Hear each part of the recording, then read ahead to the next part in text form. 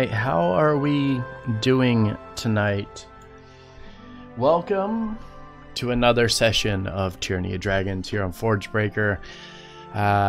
Taking the time to play yet another game of this fantastic campaign in a kind of interesting scenario here. We are helping some random individuals as we basically are in search of more of this lady's pie. I don't know, it's complicated. Joe, thank you so much for the host, very much appreciate it. Let's get into it. 76 tomorrow. They did an early release. I really haven't got to take any part in tonight, but I will be playing tomorrow 4:30 through most of the evening, I believe. I do have to leave a little bit early to attend some personal things here, but beyond that, we will be playing some 76 tomorrow. Then we have Fates Game Night on Thursday. D&D replays on Friday in the morning, 8:30, and then 9 p.m. We return with Stealing Dragons. Unfortunately, we weren't able to have our session last week, but we will definitely have one this week. Ascension is coming up on Sunday. Tyranny's back here on Tuesday. Giants returns next Wednesday. And then Entropy returns not this Sunday, but the Sunday following. Other than that, that's pretty much it. I believe we're pretty much ready to go here. Go ahead and cover this. You guys ready? And the dude literally said, the rapper guy said to Michael Strahan, he's like, the song you say when you want to make white people make weird noises with their mouths. And the dude, he's like going down for real. And just, I was like, whoa, what? These conversations. That was so good. That's a thing that they say about us white people. Yes, so good. Thank You guys ready? I am. I got that out of my system. Till I learn. All right, we got a little bit of a lengthy recap here because I couldn't stop writing. Couldn't stop writing. So let's get some more appropriate music going. Maybe. Please tell me it's Flow Rider.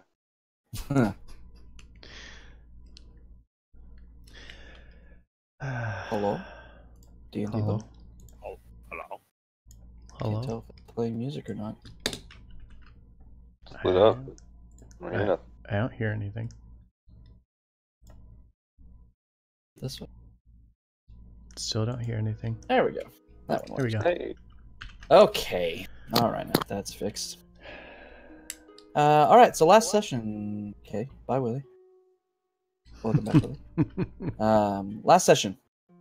You found this shit, Lord.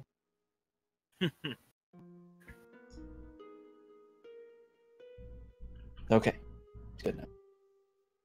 All right, last session. You found yourselves back in Waterdeep, the city of splendors, after your carousing about the sea of moving ice. You bid farewell to Macath, who said she was going to head back to the host tower via teleportation circle, rather, or by wagon, depending on what she was able to find available to her. And she was going to let the leaders of the Arcane Brotherhood know about the plight that the Sword Coast was facing. You all felt you may have secured a somewhat powerful ally with the Arcane Brotherhood in the fight against the cult.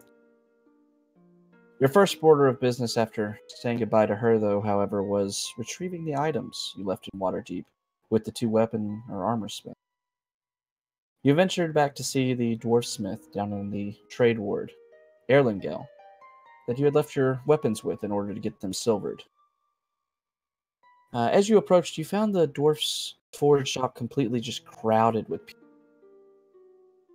As you pushed your way through, helping to clear the crowd with the roar of your pet bear, you were finally able to find Erlingel at the center of this crowd. Everyone around you seemed to be ogling the weapons that he had laying out, your weapon.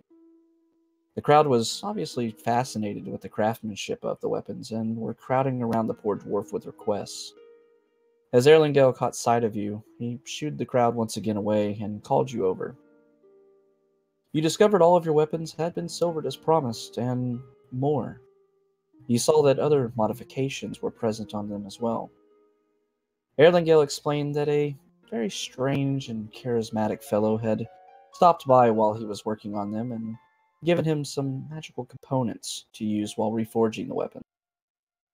You all felt that more had been given by Vlagan to aid you in your quests, though at what cost you did not know. A bit wary with this revelation, but decided to go ahead and take the weapons and decided to head off to go see Gallon and retrieve Irony, who was hopefully a shield by now. As you arrived at Gallon's shop, he ushered you quickly to see Irony. He sounded distressed. He showed you Irony, now in a beautifully crafted shield form, but his voice was weak and cracked with effort. As Ignalia leaned in close, fearing to hear Irony's final words, Irony yelled out that he was just so happy to see you all again. Irony had developed a sense of humor, apparently. Gallon admitted he was coerced into playing along with this prank, with a bit of a grin to himself. Gallon explained that the process of reforging Irony went quite well, even with the odd and sometimes uncomfortable sounds Irony made during the ordeal. He also told of an ability that Irony apparently had, an affinity to repel magic that was brought upon him. Quite useful, you all thought. With that, you thanked Gallon and went back to the Palace of Waterdeep to hopefully visit Leosin and let him know what had happened to you in the Sea of Moving Eyes. As you ventured into the palace to your rooms, you all took a few minutes to relax as Leosin was being fetched, and you all had different experiences during these few moments of respite. It seemed that as time continued to go on, these gifts that you have been given in the forms of items or changes to your bodies were growing stronger alongside you. With these experiences concluded, Leosin arrived and you went with him to a meeting room to share information and see if anything had happened while you had been away. You explained the events with the Old White Death to Leosin while he listened intently. He said with all the information you just presented and the fact that the Drakhorn was not present to the north as they had presumed, another council would need to be called, and he asked that you all remain close in the coming days to Waterdeep to attend this session. Leosin also told you of some discouraging news. The Well of Dragons had been scouted again, and it was now being protected by many dragons, more than any of his scouts could accurately count. He warned that it was essentially suicide to approach it without an army, one that he hoped would be assembled with another session with the council. He also spoke of the council itself. The power structure of it had apparently changed. Daggalt Neverember, who had presided over the first session of the council, had been ousted as Open Lord of Waterdeep, and had been replaced by Laeral Silverhand, and she was now leading the council going forward. With that information, Leosin decided to set back to his work, trying to orchestrate another session of the council, and you all decided to enjoy your wine and ale brought to you and visit amongst yourselves. As you were speaking to one another about some of Ignalia's past, a letter was delivered to you. It was from Vlagan. He seemed to know all about what you had been doing and was calling in repayment for the concoctions of disguise that he gave you some time ago. You were told to go help a man at the south gate of Waterdeep, and if you did that, he would consider the debt paid. With that, you ventured to the south gate, not wanting to dally on this issue. You searched for a bit and were able to find the man mentioned in the letter, Hal Grigsby. Mr. Grigsby was a simple man with a simple problem. Wolves were killing his cattle, and he needed someone to take care of them for him. Once you agreed, he promised good food, home cooking, even of his wife Hilda, though not much else, as he was once again a simple man. After continuing on with Mr. Grigsby to his farm and you arrived, you met Hilda. Once again, simple woman, gray in the head, much like Hal, but she seemed very excited to have visitors.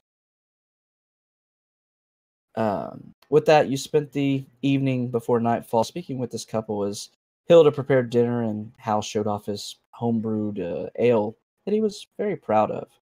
It was nice to be around someone who didn't want to kill you or had any ulterior motives, and to just go ahead and enjoy a nice hot meal with nice people, pleasant company. As evening fell, however, you all heard the sounds of wolves howling to the north, so you set yourselves to patrol the fields. As you did so, Hal and Hilda, retreating to the safety of their home, you heard the distressing calls of cattle being attacked to your north.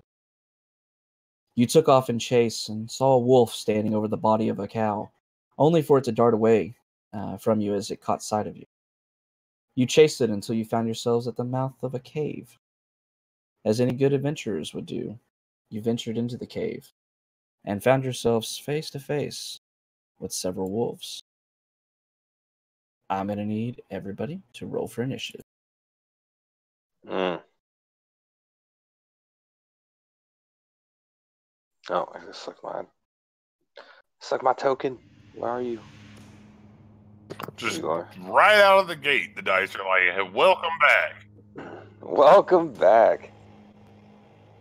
Yeah. Yeah. Sorry, I wasn't selected, so I get to re-roll and Havoc maybe not notice. Lol. I notice everything. Was there? Oh, there we go.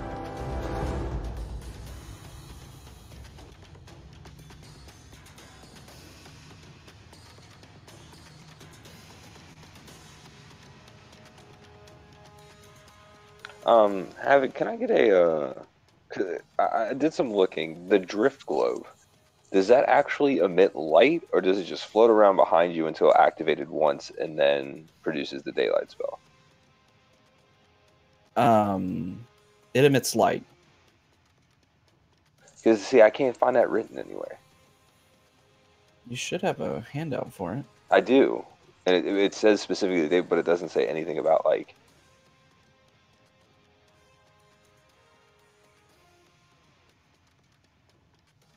I mean, naturally, it doesn't emit light by itself. You have to speak the command word, which you know, for it to cast the light or daylight spell upon it. If you use the daylight spell, it's only a once per day thing. The light can be used whenever. And basically, and it's all a kind of free action. You can just move it around as Thank you you see fit. very Basically much, giving you Havoc, light for around the you. 13 months. Much So, appreciated, my what's friend. the duration of the light that it can provide?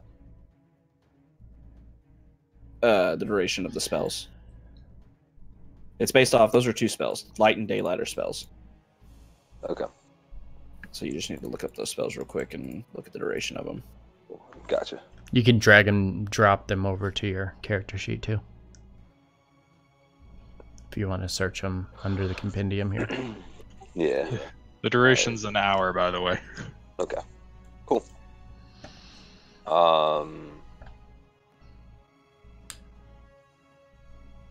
Man, I surely hope that people move out of the way, or they're Alrighty. gonna get trampled on. Trampled. So, with They that, don't die. you see these... Hell. No, it doesn't like the brand new character sheets. Got it. Un momento. I like the new character sheets. I see. It was just phrased strangely. I see what it says. So Mhm. it can be triggered to use light, but it can only use daylight the next dawn. Okay.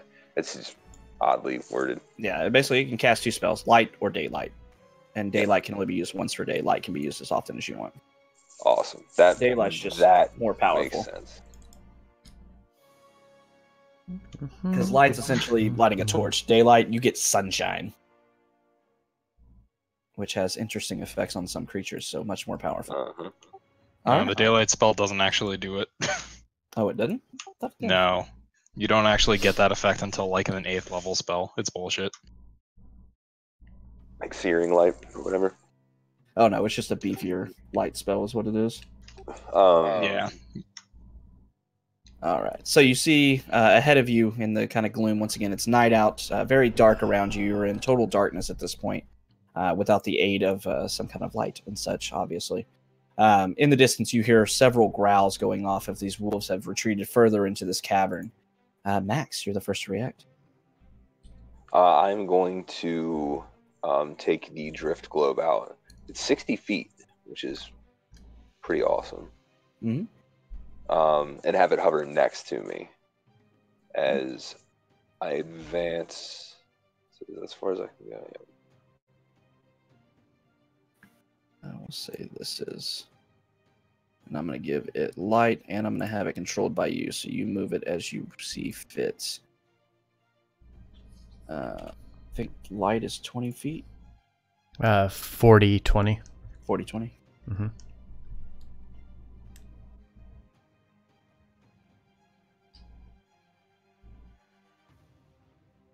There you go. All right, you should have control over that token. That is your drift globe. I do not.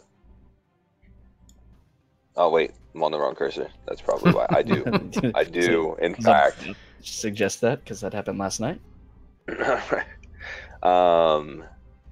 And I am going to torch. Blinding breath weapon. It's only gonna hit this first guy. Yeah. All right, torching. That's a dex save, right? Mm-hmm. Okay, 13. Why is it hiding the roll? Never whisper.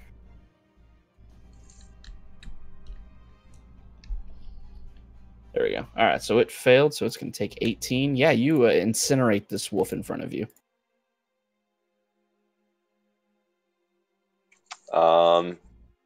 Excellent. I'll end my turn. All right. So Max steps forward, bringing out this plume of fire that shines with much brighter light than it has in previous times that y'all have seen it. Blinding light just shines out, white mixed in with the normal red and orange of the flames. Having a blinding effect on anything it hits, but this guy's kind of permanently blind as he's dead. I imagine it's like bright yellow gold. Like just black, like sparkler bright. You know what I mean? Like just can't look at it. Yeah. So the cavern is illuminated very briefly with this, but that being said, like they took the roof off the top. you all hear footsteps of much heavier ones than the wolves were making, and Max, you're able to see. Stop leaving the channel. This. All right, fuck it. I'm leaving him out for a minute. Max is able to see a much larger wolf moving around the corner. I'm not trying to leave the channel. If I hit mute, it kicks me out. I can't mute myself. Stop it.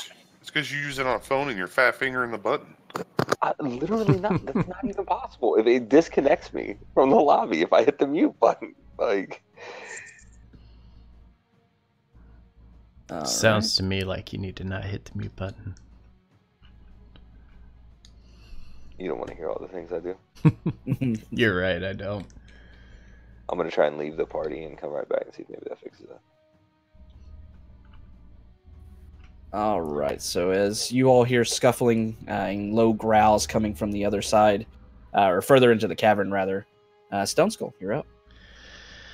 I'm going to hold my movement until I have a clear path out. Because I'm currently blocked.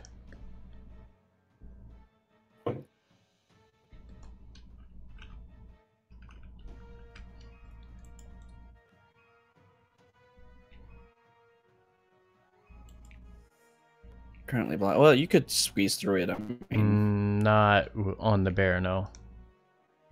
Oh, on the bear, yeah, no. Can't do that. So, yeah, if it was just me, I could just run between them and get up there, but on the bear, I cannot. So, yeah, I'll hold my movement and action until they clear a path, and then if I can get in range of something, I will attempt to attack.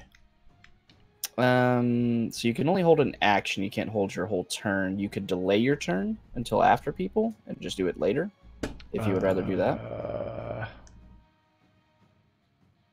Yeah, go ahead and just drop me all the way past Terra.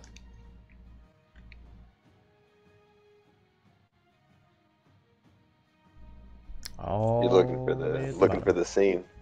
Down here? Or Yeah, that's fine.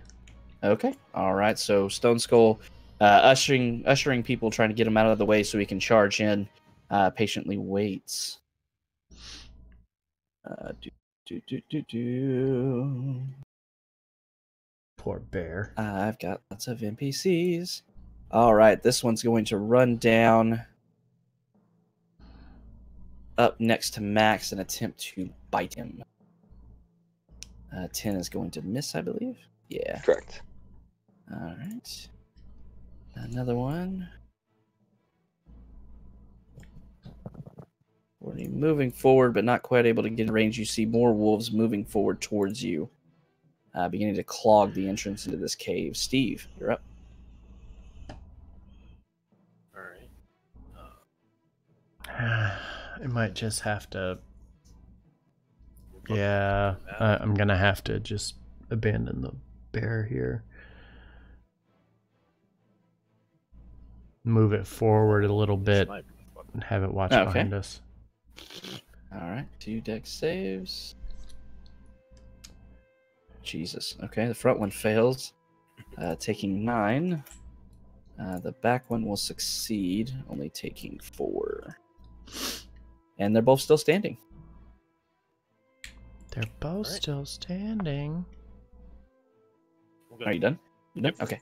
All right, so another breath weapon comes out from the other Dragonborn of your party. Not quite as bright and powerful as Max's, but he's just having an off day as he engulfs the one in front of him, not able to dodge out of the way in time. Doing a good chunk of damage to it, but its fur is now charred and such, but it is still standing. This one, however, is not standing. Ignalia. All right, I will move up behind Max and launch a firebolt over at this one.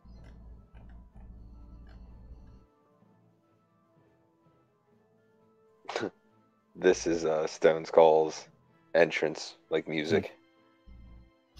The pyrotechnics coming out and move out of the way. So as everybody starts moving up forward, Ignalia lets this firebolt go. It flies, soars right into this already somewhat wounded wolf, taking it down with that shot. How tall is this cavern? Yeah, that's it for me. Alrighty. I'm curious. Move there. Curious and curious. He is going to charge forward. And seeing Steve just letting go with this breath attack, he is going to attack at him. Does a 16 hit? No. No? Okay. Just barely missing you as it lunges forward. You see the 2 wolves are now kind of working in a pack against you, dodging around, distracting you, trying to get leverage over you, but unable to do so quite yet.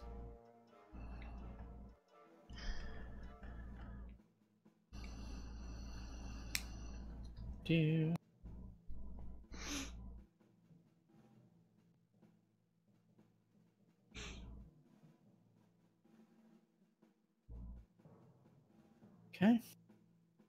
And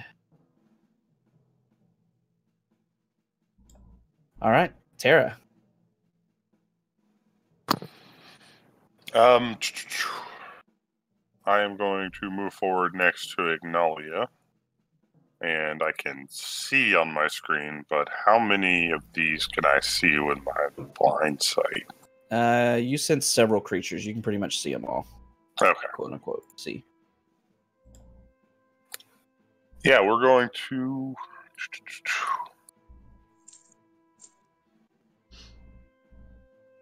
send a Terra Burst right here. Oh, pointer. Need a pointer. Right here. There. Okay. That's a 20-foot, right? Yeah. And I will use my Careful spell Okay. to protect the Dragonborn who are always in my way. All right. So Terror Burst goes out. Let's see how this is going to hit.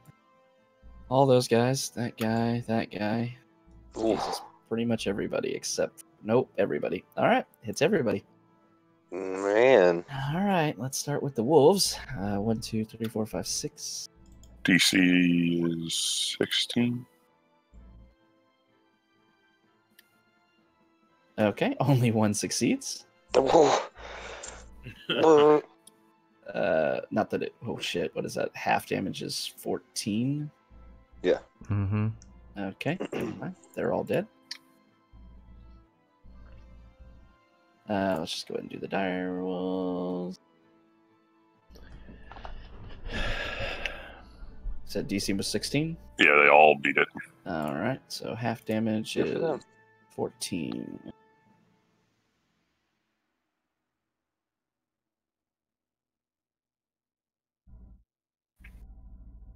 I think I should have did that at 5th level.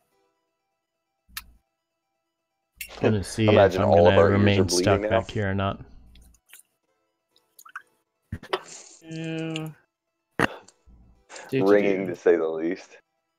All right, so Tara, moving forward, hearing Stone Skull behind her, kind of calling for clear the room so he can move in, throws out a very powerful ball of kind of a boulder that, as soon as it impacts the ground, just shatters into 1,000 pieces, scattering across the room.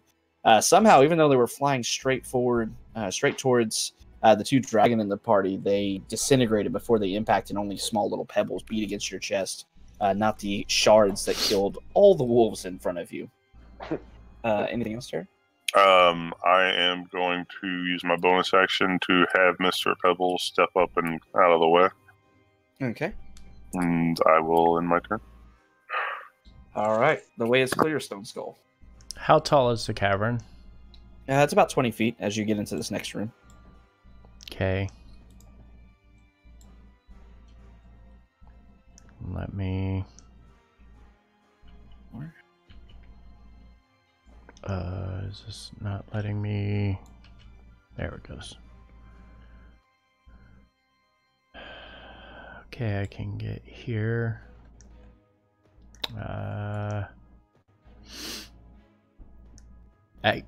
Could I potentially jump over them? Mm-hmm. Yeah, if you've moved 10 feet already, you can do a jump action. I mean, with the bear? Strength. Yeah, it'll just use the bear's Okay, to jump stats. over the others. Okay. Yeah, just use the bear stats. Okay. So the jump distance is the strength score, not the modifier. Strength score Mm-hmm. is a 20. 20? Okay, yeah, you can go 20 feet. Okay.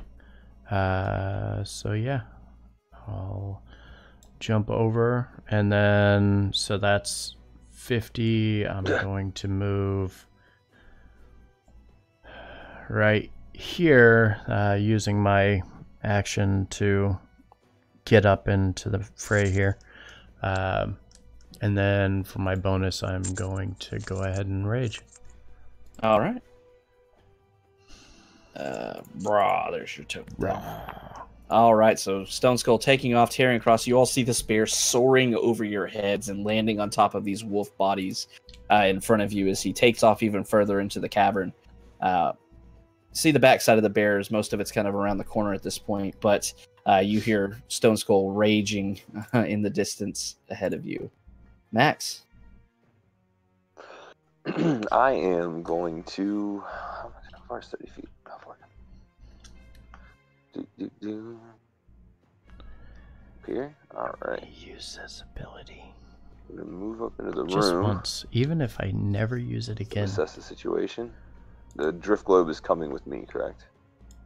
If you want to. Is that like a bonus action? Or just kind of... Does it have anything in action economy?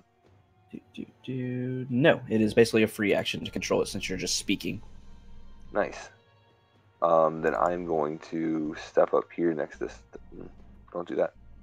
Up here next to Stone Skull. Uh-huh. And...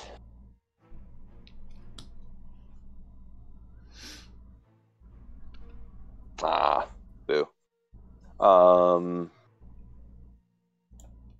Good on you for remembering that. Alright.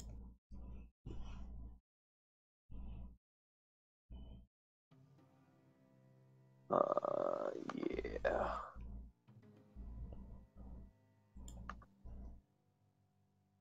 Ooh. I'm gonna cast Shatter. Where are you casting it at? Very well.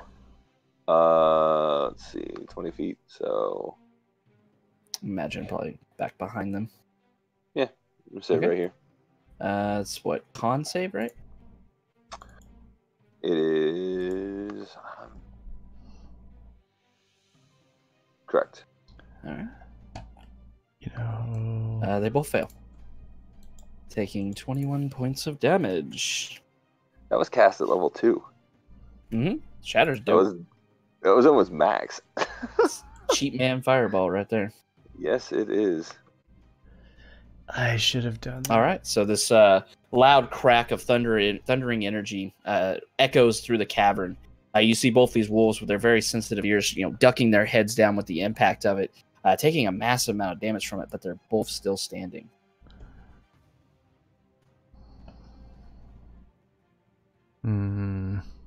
Yeah, I am going to bring the antagonist around and give 1 point of inspiration to Stone Skull. Alrighty. Hey, inspiration. Okay, so these two wolves looking very hurt, but they are still standing. Very hurt. Wolves Of are now course going to they're start very moving hurt. forward to retaliate. No, they won't. This one steps over the body of the dead wolf and is going to look down towards Stone Skull and the bear and attack one of them. Going after Stone Skull Okay. with its bite. 23 to hit. Yep, that hits.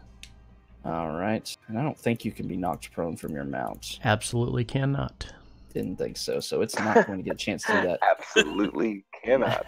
But it will deal a total of 6 piercing damage to you. Can you not be dismounted? I can also not be dismounted. Oh.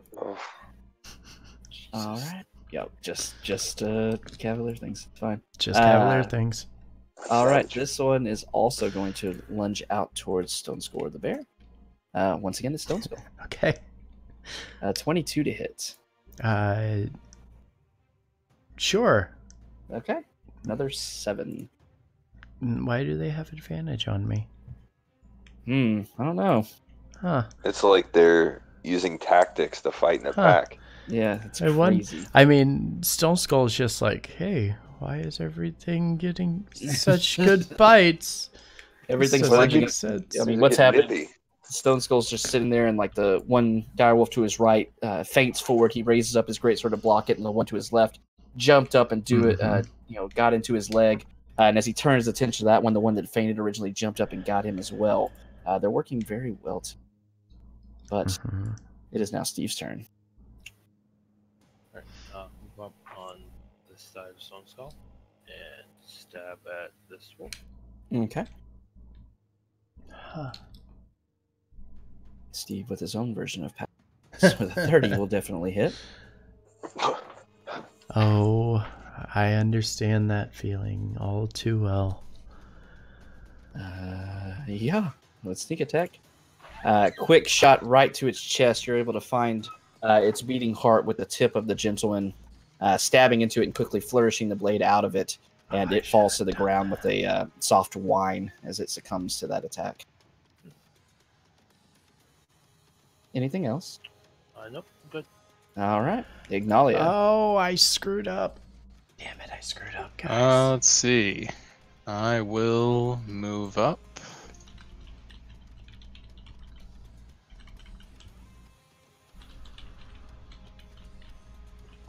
And I will send a firebolt at this one. So this one? Yep. I swear to God, if I don't get hit How does something. Ignalia pitch those firebolts out?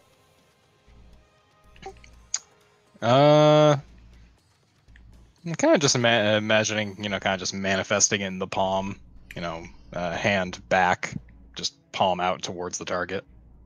Nice. All right. So as this flame or bolt of fire, rather, streaks across the room, hits this already super weak dire wolf, taking it down with the impact as it's just thrown backwards. It's first singed and such, and it yelps in pain before it falls, kind of in the middle of the stream that's in front of y'all running through this cavern.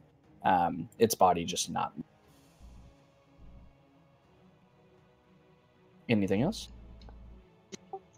I look at the bones. We're gonna all eat the everything. all the bodies we've just left behind. I thought you were talking about eating it. Oh man, I'm doing that now. All right. Well, this one is going to dance forward, attempting to do something with its miserable life.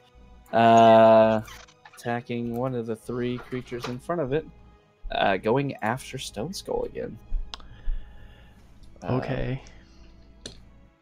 But this one not with advantage, and didn't matter if it did. Unfortunately, misses as Bear and Stone Skull just kind of sidestep out of the way. This creature moving very slowly with its injuries, barely standing after that shatter. Barely standing. Barely standing. Tara. I am sorry I have returned. What did I miss? Shit's My be wife, dead, my yo. wife almost burned down my house. I had to go solve that. She plugged in a floor heater. It caught on fire. There was fire alarms, smoke, and it was great. Fun times. Yeah. Yeah, there's been a lot of killing going on. There's still something alive in there, though. Oh, okay. Let's see if we can change that. Okay. Eh. See a super weak dire wolf standing in front of lunging towards Stone Skull. All right. I don't know how it looks because I'm blind. So we're going to use my new spell on it. Oh, God. 19 bludgeoning damage. 0. Yeah, it's not even going to make the save. So it had 2 HP. Oh, okay. All right. Yeah, so this, God, I forgot how we flavored this. I got so screwed. It's the earth bolt, but I just make it bigger. Oh, yeah. Yeah, so this another large boulder soars out from Tara's hand, magically influenced to fly very fast, hitting the chest of this dire wolf as it's lunging towards Stone Skull. It's impacted with it. You see it sliding backward several feet before it comes to rest, skidding to a stop in just a heap as its body is just completely broken from that spell. And you hear no more growls. With that giant bolt like whizzing past me, it's around like that one was larger than the last one.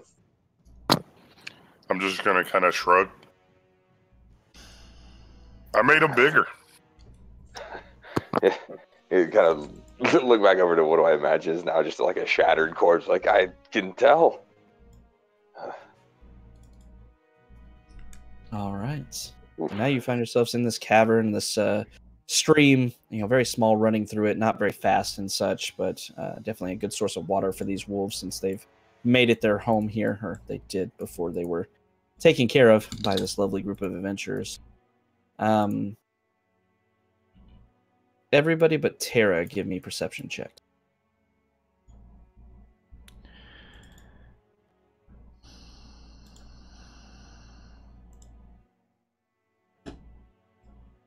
Rogar and Stone Skull, as you're moving, kind of looking around, checking the cavern for anything else. Off to your northwest. Oh, 20. Okay, yeah, then Maximilian as well. Off to your northwest, back behind what you see a boulder there, you see something lying in a heap upon the floor up against the wall to your northwest.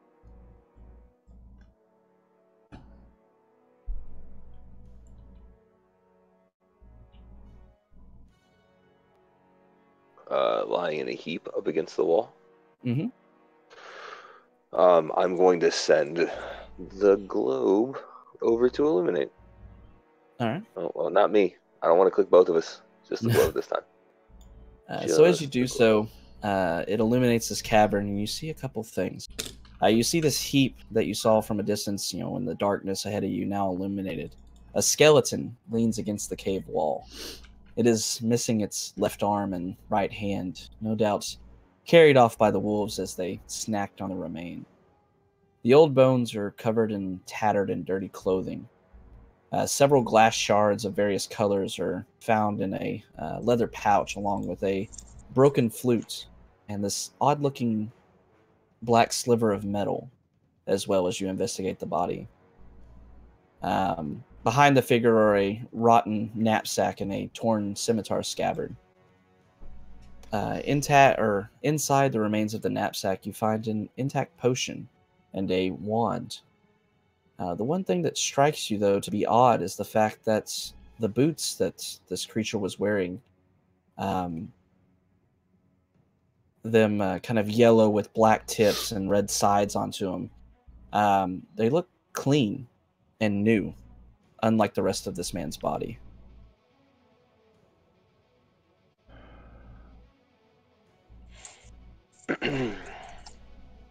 So, give me a quick rundown again what we found on him.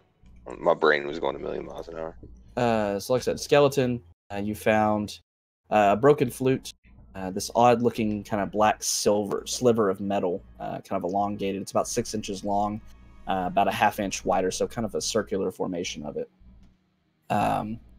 You found a knapsack and a torn scimitar scabbard. Inside the knapsack, you found a potion and a wand.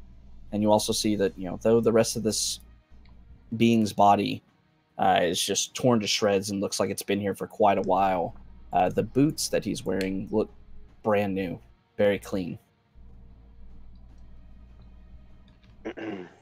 I want to take the sliver of metal, the wand, the potion, and the boots. Okay.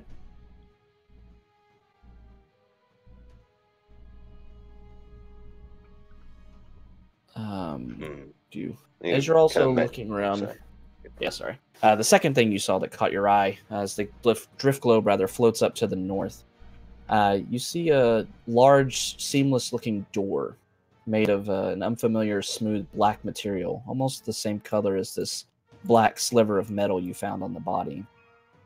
But from where you stand now, that's all you see.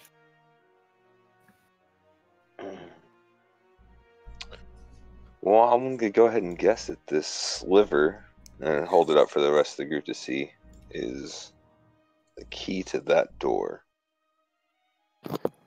What sliver? I just put it down into Tara's hands. Can you feel that door? I don't know. Let's see. I don't know where it is. You feel a door. You feel something to the north of you. You don't know if a door or anything like that, but you feel magic emanating from your north. Do I feel magic emanating from the sliver? No, from this area up here. The door.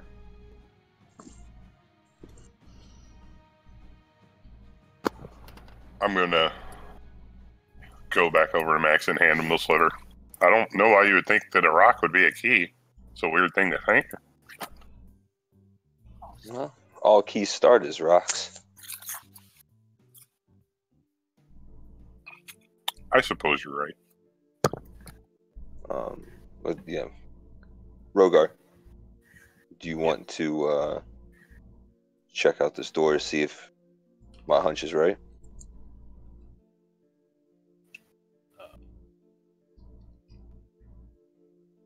Yeah, I'm gonna check for traps first.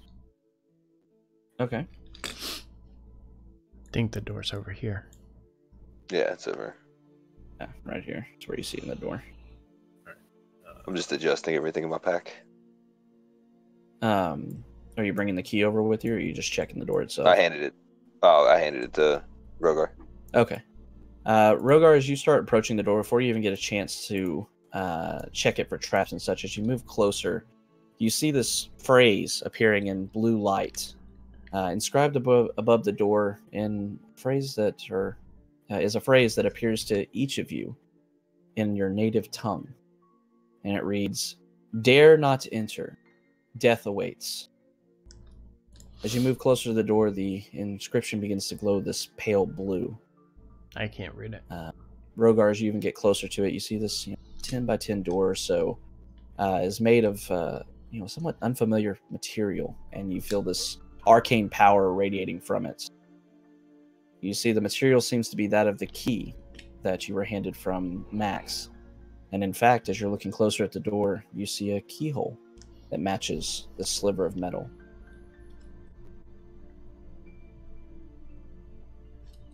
I think it says to enter. It's not Well, what it says, but I mean, what can I do with it? if we listened to what everybody said, we wouldn't be where we are now. It's true.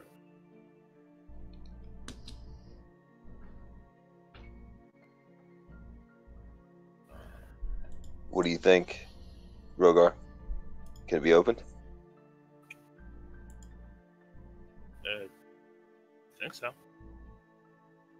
The worst that can happen, right? Maybe not everyone stand right in front of the door, though.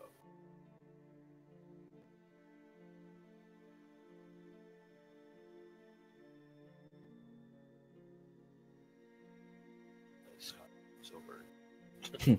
Roger's Stone Skull's like, nah, it's fine. I want to watch it open. Alright, yeah, I guess I'll put the key in the keyhole. Okay. All right. So as Rogar moves forward, brandishing this black silver sliver of metal, he sees it fits perfectly into this keyhole in the front, and not heeding the warning of "Dare not enter, death awaits," turns the key. And as he does so, the door doesn't open. It simply vanishes into this mist, and you see this mist just hanging in front of you, obscuring what lies beyond it. But you see what, through the images, it's all kind of wavy, hard to see beyond it, but it seems like there's a room lying beyond the door.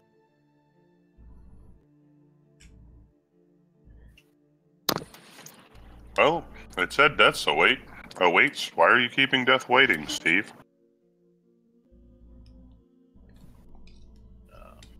Can you take the key back? The key disappeared with the door. Well, once we go through, we're through until we find the way out. With that, Max is going to kind of adjust the straps on his armor. Just kind of tighten things down. A little bit of stretching. Is everyone ready? Yeah. Stone Let's do this. I'll look up at Stone Skull and, lower my head and kind of extend my arm, like, after you, sir. Oh, now you want me to go. Okay. You're clearly the spirit, the spirit animal of our party. Should anyone be so kind as to meet us, I believe your introduction would be most satisfactory. Stone Skull will approach the door then. Okay. How do I get Terra to appear on top of Mr. Pebbles and not behind? I can change it here in a He second. just has to move you to the front. You're riding Mr. Pebbles all fronted. All right. So, everybody going in the scary misty door? Absolutely. Yeah. Doesn't look that scary to me. The scary All right. door. Scary door. Far less scary with Stone Skull in front of me. Alrighty. So,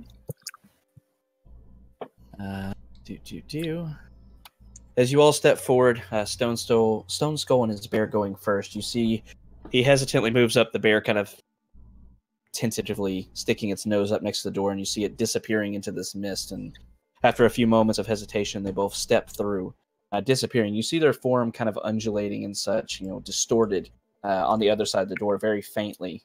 And then he disappears a few moments later. And with that, everybody begins walking through the door. TPK. And you all die. Because death really was waiting. He was just sitting there in a It's the null spear. lazy boy. Hey, I'm on top of Mr. Pebbles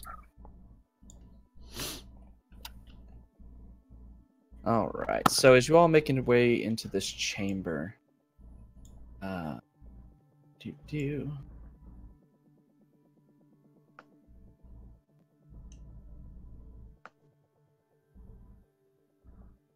you see a somewhat plain-looking stone chamber before you. It extends out to your left and right as you go out of the kind of hallway leading into it. You all do turn around as you start making your way in, though, and see that the door begins to materialize, and then you see it solidifies as you all enter into the room, and you see instead of a door behind you, there's just a stone wall. Terra? I'm gonna say yes. Yes, that wasn't me. Is there a way for you to fix that wall? Turn it back into a door? Given some time. Give me a perception check, Jer, with advantage. Magic. I love that you always roll high whenever I give you advantage. It's funny. I'm telling you, it's because we talked about checking that box, and when I check that box, it's like a high roll, and then when it's unchecked and it's a negative, it's like, here's a 2. Mm-hmm. So as you all start moving into this room, everybody is able to hear something coming from directly to your east. It sounds a bit odd, kind of like this droning sound growing louder for a moment and then subsiding, and it kind of ruffles your ears a bit as it undulates louder and softer repeatedly. Tara, as you're feeling around this room, you notice that it's different. It's weird compared to places you've been before. You feel the stone around you is not natural. It's stuff that has been worked and changed and imbued with magic. Oh, no, I cannot do anything about that, sir. Looks like we're on our way out for an exit then.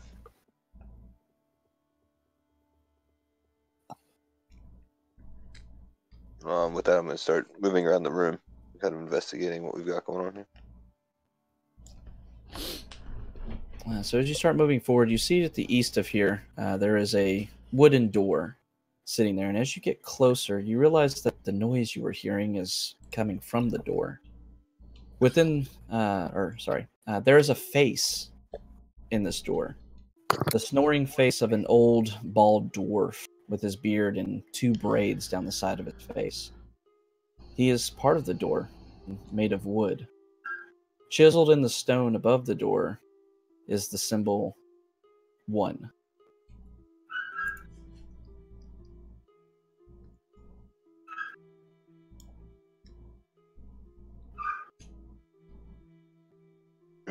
So there's a dwarf's face chiseled on the door, and above his face is the number. Is this the number 1? Mm-hmm. And you see this face is moving. It's not static. It appears to be a dwarf snoring and sleeping on the door. Oh.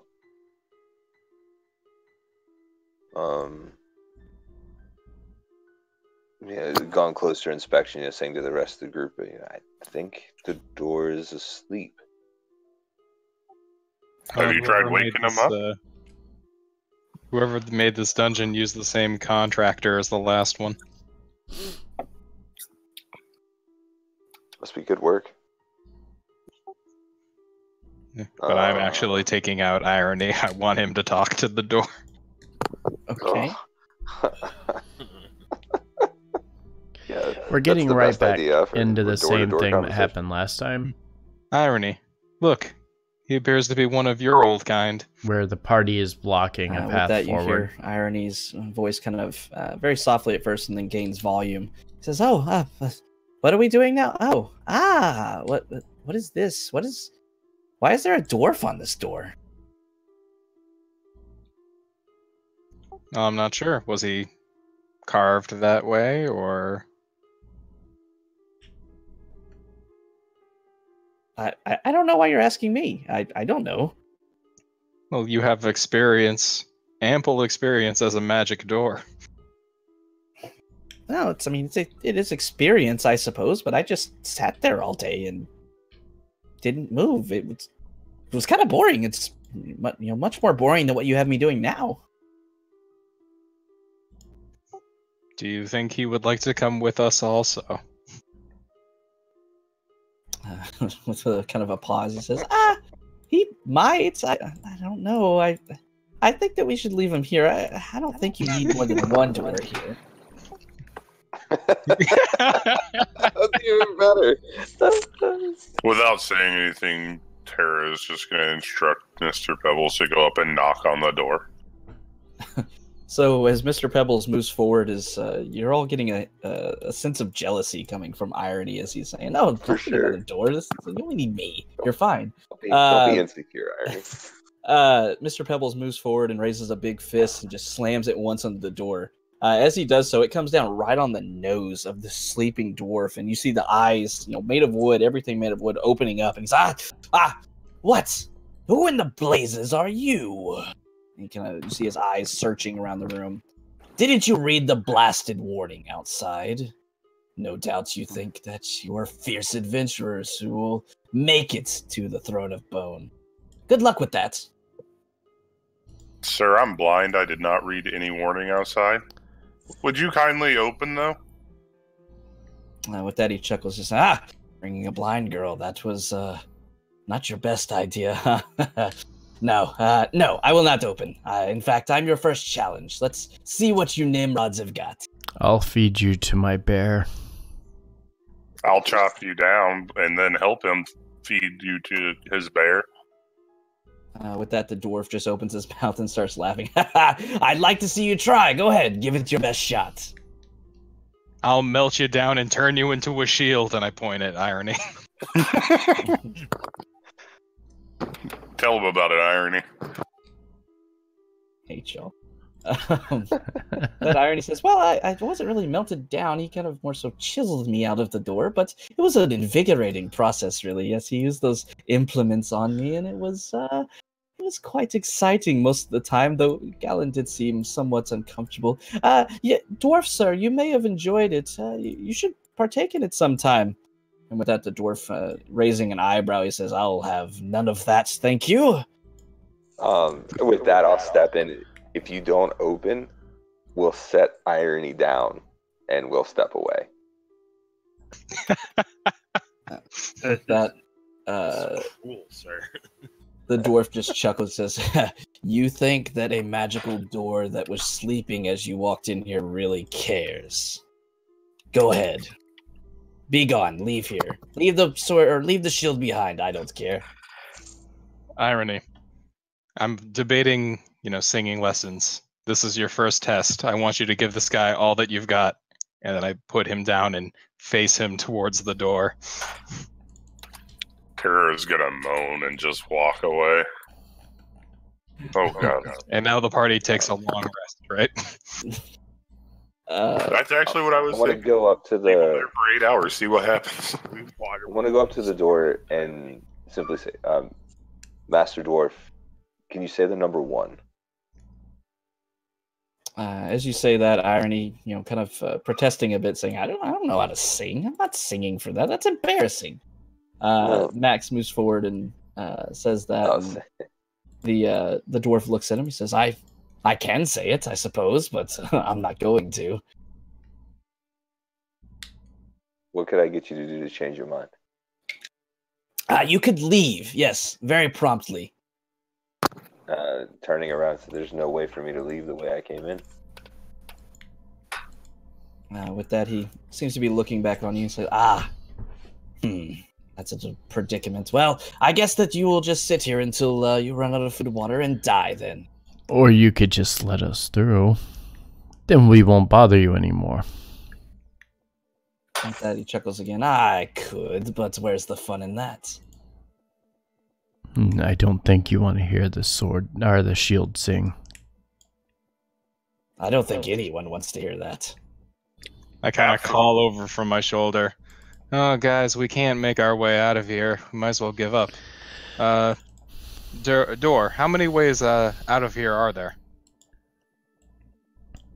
There is precisely a singular exit to this place. Fuck! Hey, Door. What's Yes. 4 minus 3? It's a number just below 2. I mutter, well, he's not wrong, under my breath.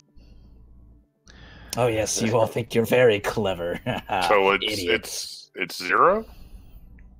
No, it is 1 less.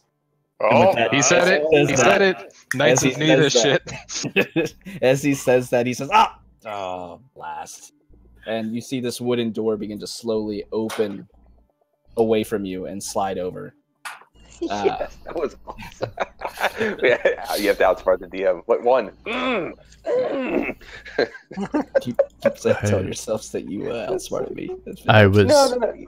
I was just gonna feed the door to my bear too. with that, as the door slides open, you see the face somewhat deanimating as it kind of freezes in place. And you see a room beyond it. Willie muted himself again. Yeah, he did.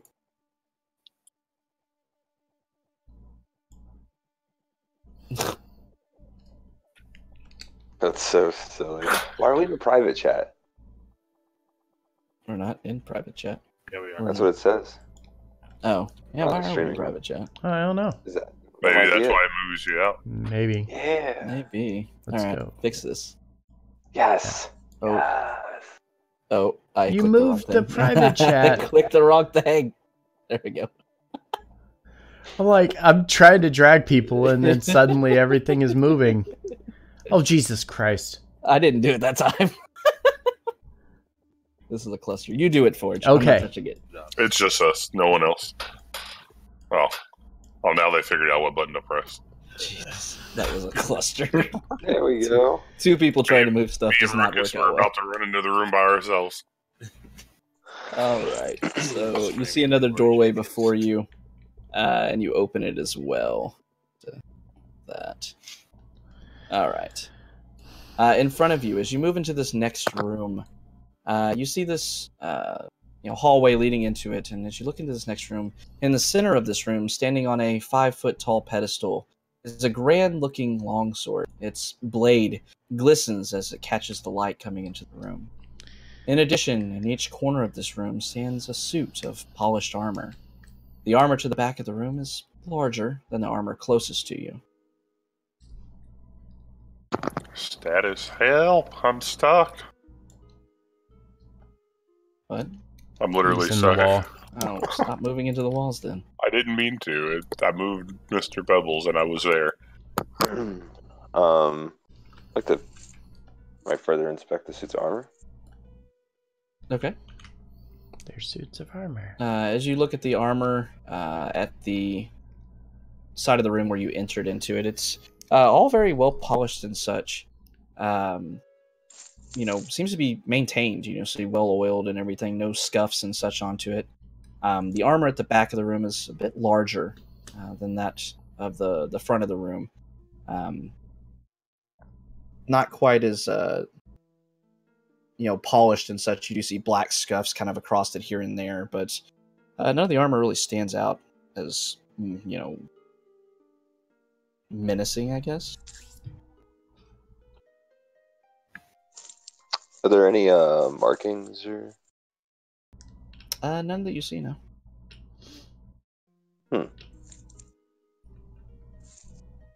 How about the sword and the pedestal? You'd have to go up and look at it, but it is. Does the bear smell anything? He smells people. Maximilian, as you move forward, you see the sword is very grand looking. It has red tassels around the hilt of it, the handle of it rather. The blade is gleaming and shining, and as you kind of look up it, looking down the blade as it's kind of stuck into this pedestal in front of you, you see a tremor go down the blade, and then it tremors again, and then the blade jumps out and lashes towards you. Oh.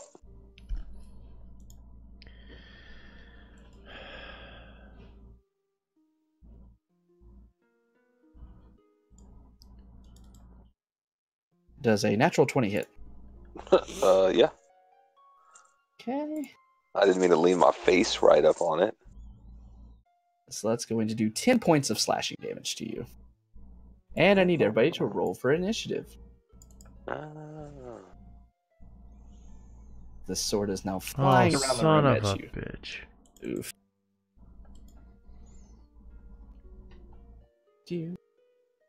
Go away, Ignalia. Yeah, natural 19, strongest initiative. Go away, Steve. God. Yep, I knew it. There it goes. Wait, why do those two look funny? I want those two. Which two? Yep. Wait. Yep. I sure do. Let me hit something, fuckers.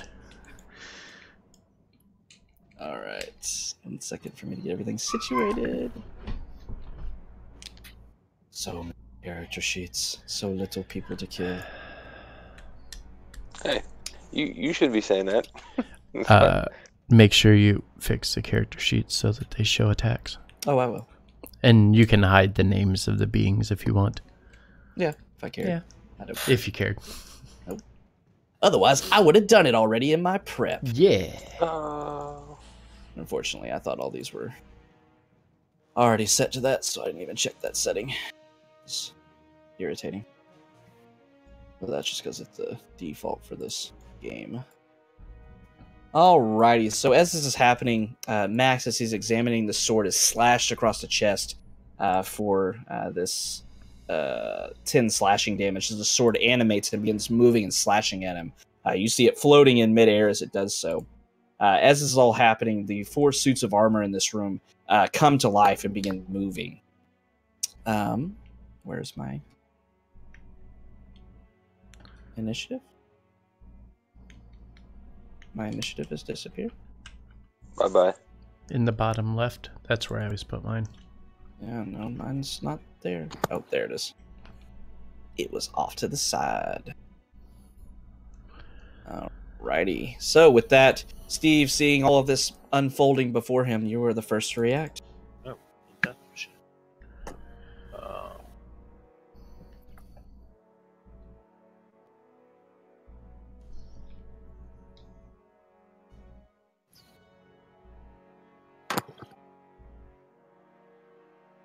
Puff a step here.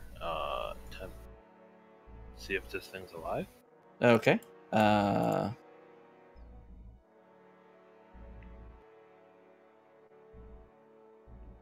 1 second. Holding. 1 See if second's up. this works. No more seconds. Do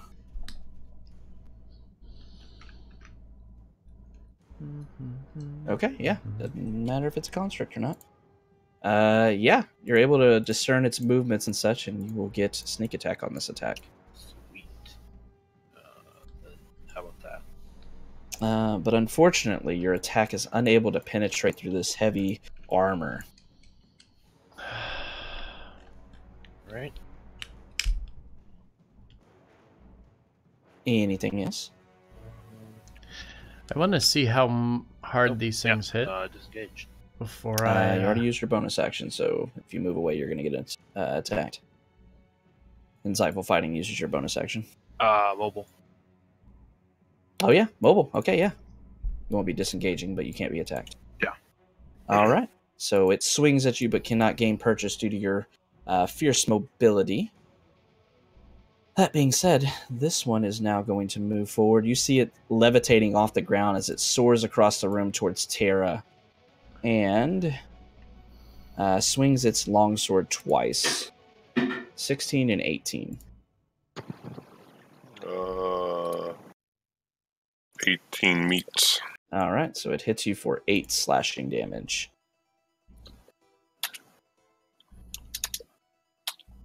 All right. All right, that's its turn. This one's going to chase after Steve. And it's going to bring a gauntleted fist up and try to hit Steve twice. 17 and 11. 17 meets and 11 no. All right, so you take 5 bludgeoning from the first fist. And Ignalia. I will come up around behind the armor and try to stab it while it's running at Steve. Stabby, stabby. I know Ignalia has a lower dex than me. Ooh. Ooh, 13 No. unfortunately will not hit. I could have only rolled like 1 lower, so... Could have been that. So at least you got that going for you, which is nice. Yeah. Anything else? No, I don't think so. All right. So a flame blade comes around, but unfortunately is unable to connect with this suit of armor. The heavy armor just giving you a bit of trouble. Terra just got slashed in the back by a longsword. Yeah, I did not like it either. I'm pretty upset about it, so... Well, he fell. Oof. Oh. Not y'all's best combat so far. All right, I need a D100, please. Okay, here we go. I guess I'll go all in on this one. This will be 11. Let's see. That's not good. All right. So as you move forward, your feet unfortunately get a bit tangled over themselves, and you swing wildly. But as you do so, you kind of leave yourself open. Until the end of your next turn, enemies will have advantage on attacks against you. All right. And bonus action is Mr. Pebbles. Attacking that dude up there. Not 3 times, though. That was weird. Just the first 2. All right, a 10 and a 12, unfortunately, will not hit. Cool. I have successfully done one thing today. Thanks, dice. That'll end my turn. Are you using... Yeah, I'm on Mr. Pebbles. Yeah, you are. Okay, cool.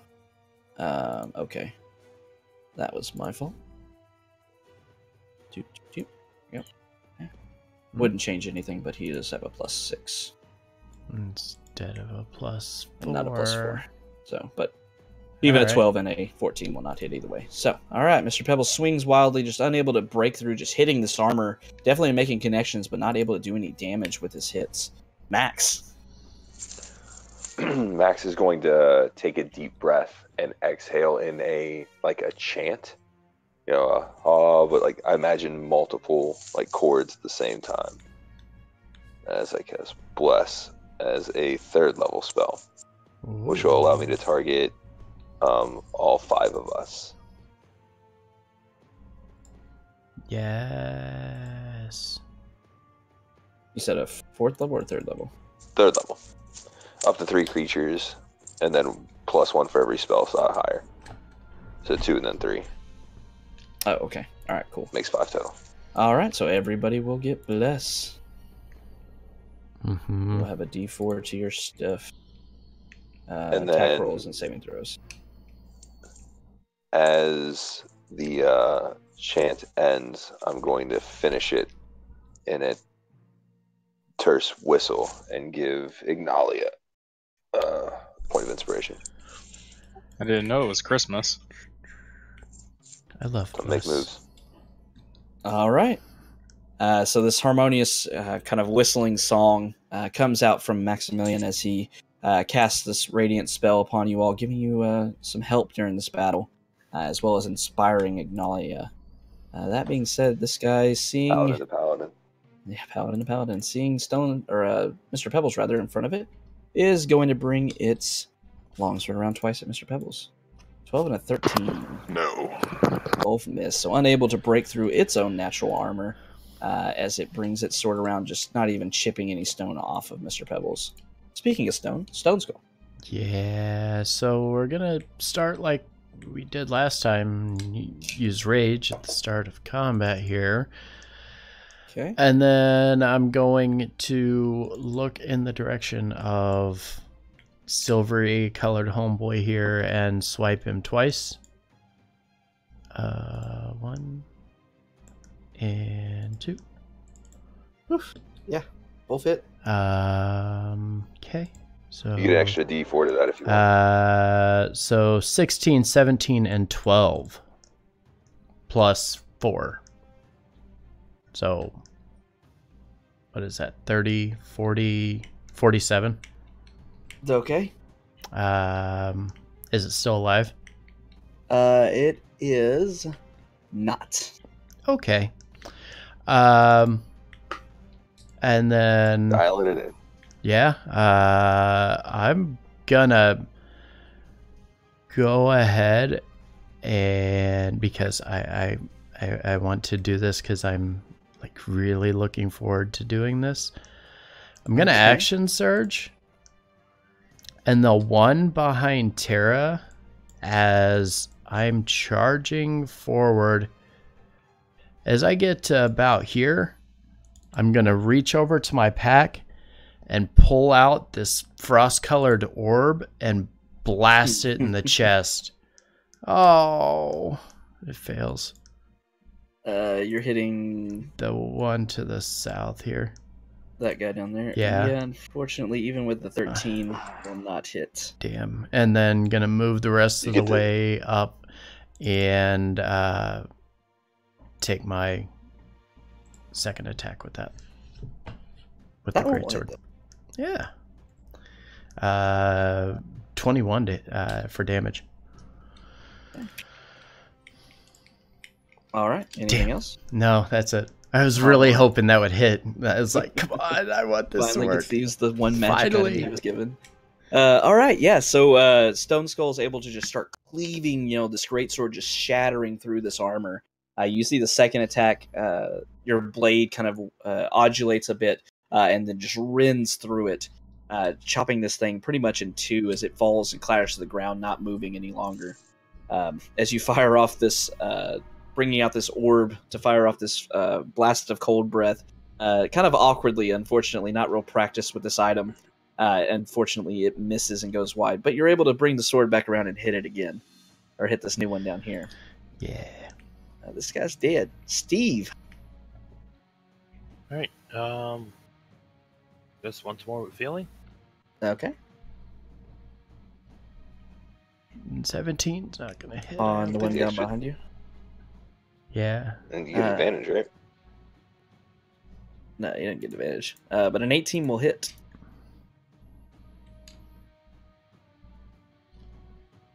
You have an ally nearby, so sneak attack will hit. So that is 28.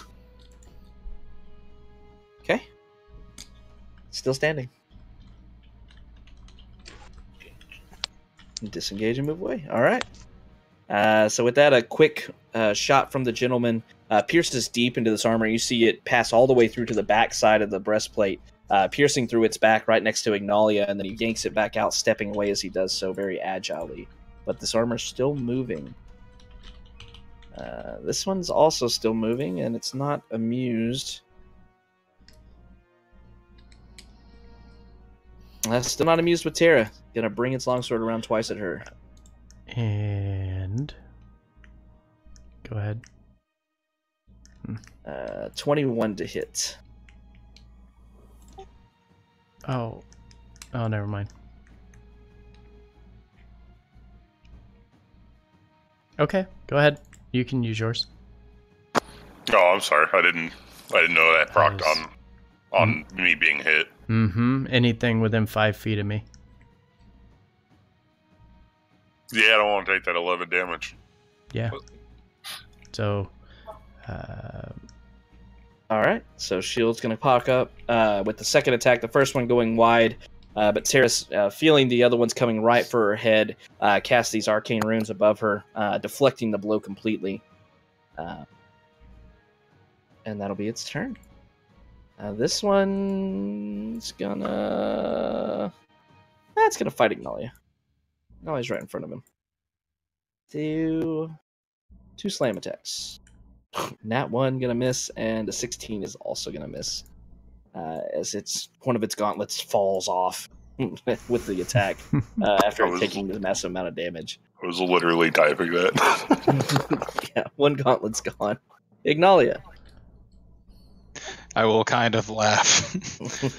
And I'll just dodge around the weak blow, watch the hand fall off, say, good news, they're rusty, and then I'll just try to swipe across it. Okay.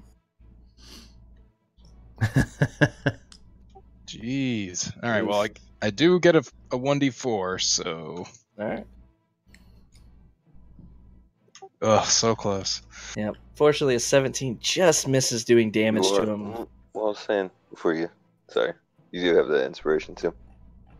Oh, yeah, that's right. I will use that. And it doesn't matter what I roll beyond that, right? Sure. Yeah, just make sure you're using inspiration before I say hit or miss. I was trying to interrupt you when you were saying it. Yeah, like I said, just gotta have a plan for when you're attacking of what you're gonna use. But yeah, you'll be able to roll whatever and hit it. So 14 slashing will kill it. Yep. Sweet. All right. Anything else? I look to see if it is actually rusty. Doesn't appear to be so. It just seems to have taken a lot of damage, so its arm flew off. I grab the hand as a souvenir. Okay. All right. Tara. Yeah, we're gonna try again, maybe. Hey, 15. An 18 on this guy? Yeah, that'll you do roll your bless.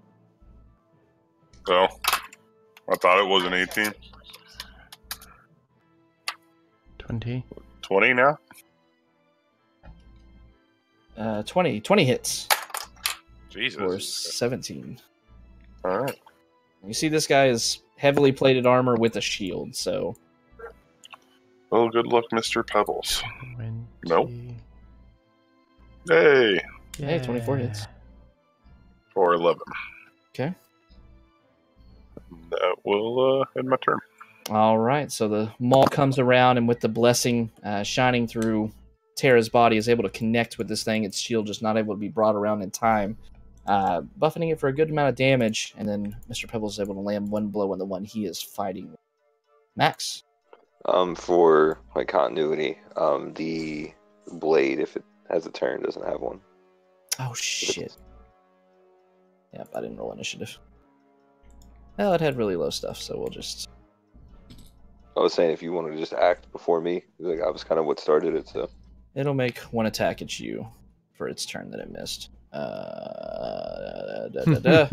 20 to hit. Mhm. 2 slashing. All right, now we'll return back to our regularly scheduled program. Got to do the right thing. Yeah, I appreciate that. So with the sword taking another swipe at me, I am going to parry with my blade. Mm-hmm. 18 and 17 will both hit.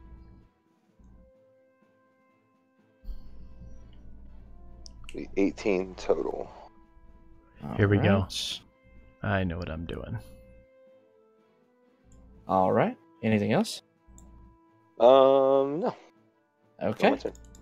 So with that, you bring the antagonist around twice, able to connect with this sword as you're kind of battling it out with the sword that is fencing with you, but you're able to start chipping away at the blade of it with your 2 attacks, and you see that pieces of it are falling apart now, but it is still flying through the air and attacking you. As is this one, going after Mr. Pebbles. So 23 and 16. We're at 23. We'll hit him. All right, for 10. That'll be its turn. Stone Skull. So retroactively, the guy at the bottom down here is marked because I did land the sword attack against it. Okay. It obviously wouldn't change anything with the previous rolls. However, it does prompt my unwavering mark. So for a bonus action, I believe. It's a special attack. Yeah, on a bonus action. On my next turn, I'll get an extra swipe at him. Third paragraph. In addition, a creature marked deals damage to someone other than you can make a special weapon attack on your bonus. Has it landed an attack? It landed an attack on Tara after I had hit it. No, that missed because of shield, didn't it?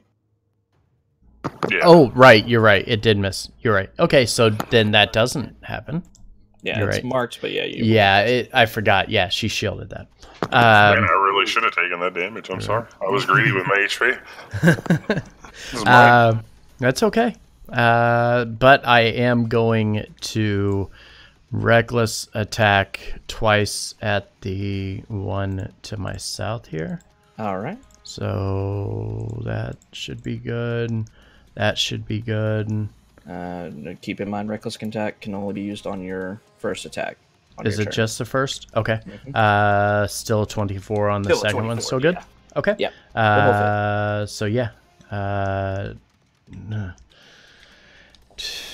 28. 28 plus 18. 28, 30. 50. Should be 15 and 15, and then 20. So 30 plus 20 is 50. Yep, 50 damage. And it is still marked. Okay.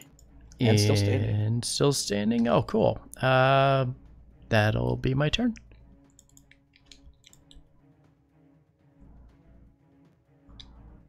That's your turn? Mm-hmm. Yep. Okay, cool. Alrighty, so yeah, 2 heavy hits coming down with Gleam Edge, rending through this armor, much like he did with the first one. Its shield provides no protection from these attacks. It's in pieces almost, but still wobbling around in this animated form. Still standing. This guy has some sort of bonus if you hit both. Yeah, I get that second dice roll on the last one. Oh. So that's his rend ability. Okay. This guy's still going after Max. 8 and 13. Nope. And nope. Oh wait, it doesn't make 2. It's just 8. Sorry. All right. So the sword misses as it lunges towards you as you continue your fencing dance with this animated sword. Steve. We'll move down and stab at this construct. Okay. Hope. 22. 22 will hit. And it's dead. Sorry. Gentleman's like, sorry about that. Excuse me. All right. So Rogart charges forward as this thing is just attempting to survive from these heavy hits coming down from Gleam Edge, being pounded down to the ground, and he quickly steps behind it, bringing up through the remaining pieces of its breastplate, stabbing through and kind of wrenching the blade to the side. And as he does so, the remaining armor just starts tearing apart as it falls to the ground in pieces. Mm-hmm. Anything else? Nope. All right. He did. He also did. Ignalia. All right. I will. So, is the sword just floating in the air above Max? Yeah, kind of just fighting like it's being held by an invisible hand, almost is what it looks like. All right. I guess I will run up next to Max and, lacking what I consider a normal target, just try to kind of duel against the sword, but when I clash with it, just try to break it. Okay.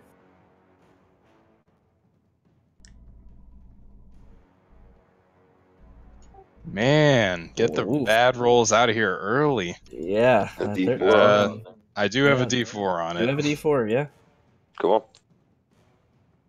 Does a 16 hit? So you are able to clash with the blade, but you just can't quite wrench it around to do damage to it, unfortunately. You got Ripazade.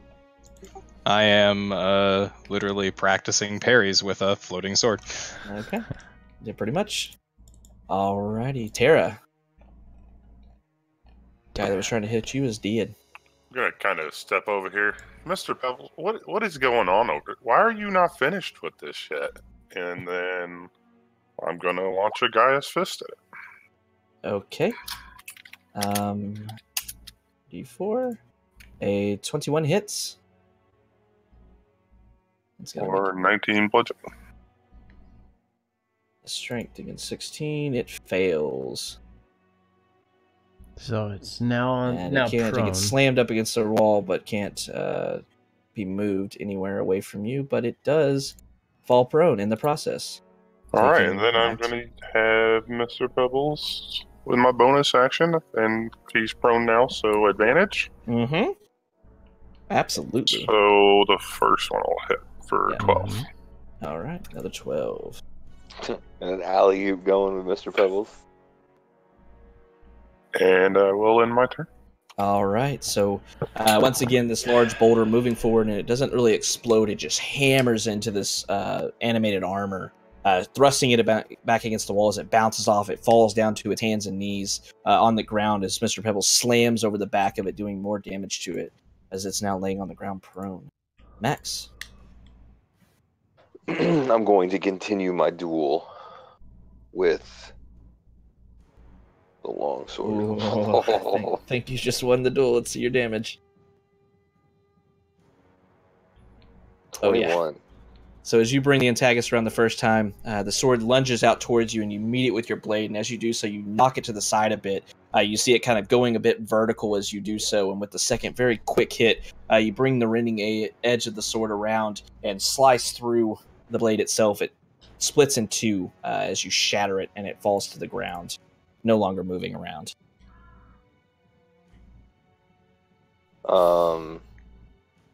Yeah. I will, on my turn there. Okay. All right. This That's how you guy's do it, going Ignalia. to stand up. And I think I'm coming down with something. he is going to charge forward, staying within reach of Mr. Pebbles, but charges forward towards Terra, bringing his longsword around twice. 19 and 24. This one on the 24. Plus 40 your AC, Terra. I don't know if that's going to be enough. I doubt it. Yes, it will. She pop another shield. Okay. Yeah, so with that, with Stone Skull reaching out very quickly to help kind of move Terra aside a bit, also with the shield coming out, the longsword attacks, both of them able to be stopped. I'm assuming you're using it on the first one. Yeah. Yeah, the first one being stopped with the shield spell, but the second one moving down with enough force it looks like it might break through it. But with help from Stone Skull, he is able to move you aside and help you out in that fight. So it misses both its attacks. Stone Skull. Hooray. Huzzah. Okay. Let's once again reckless attack. First attack here. Nice. And then I want to try again with the orb and do that plus this. Not the 2. 20. 20 will hit. Yeah. So 16 damage on the slash, and then 28 damage on the cold attack. Does radiant damage count for Maybe? magic items?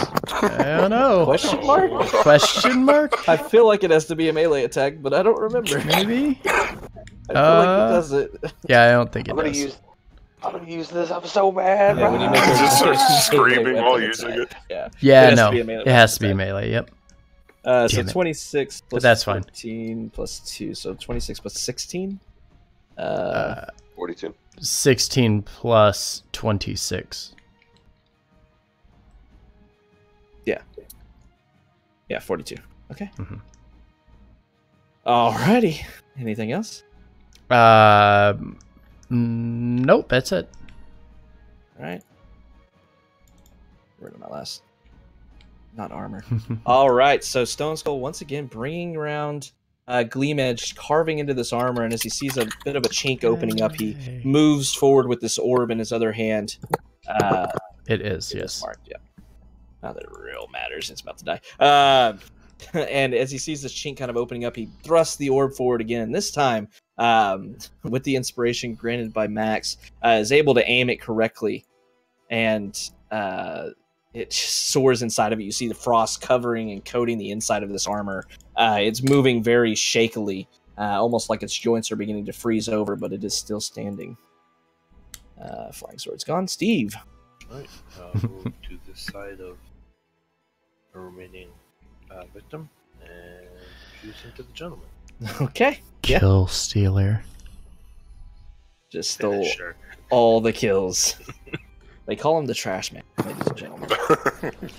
All right, so as Steve runs through, winding in and out of the legs of the bear, and then Mr. Pebbles, as they're struggling around this creature, he slips up behind it with a slide, and as he does so, he reaches up and into the a particularly frozen over piece of armor that he sees. He jabs the rapier into it, and as he does so, that piece of about 4 inches wide or so shatters, and as it does so, the rest of the armor follows suit shortly thereafter, and it falls to pieces in front of you. As soon as Stone Skull comes down from his rage, he immediately looks back at Max and says, "Max, did you see? I hit it with the orb thing." What is that? I don't know, but it was cold. Tara shivers. Where did I get this from? I'm face palming.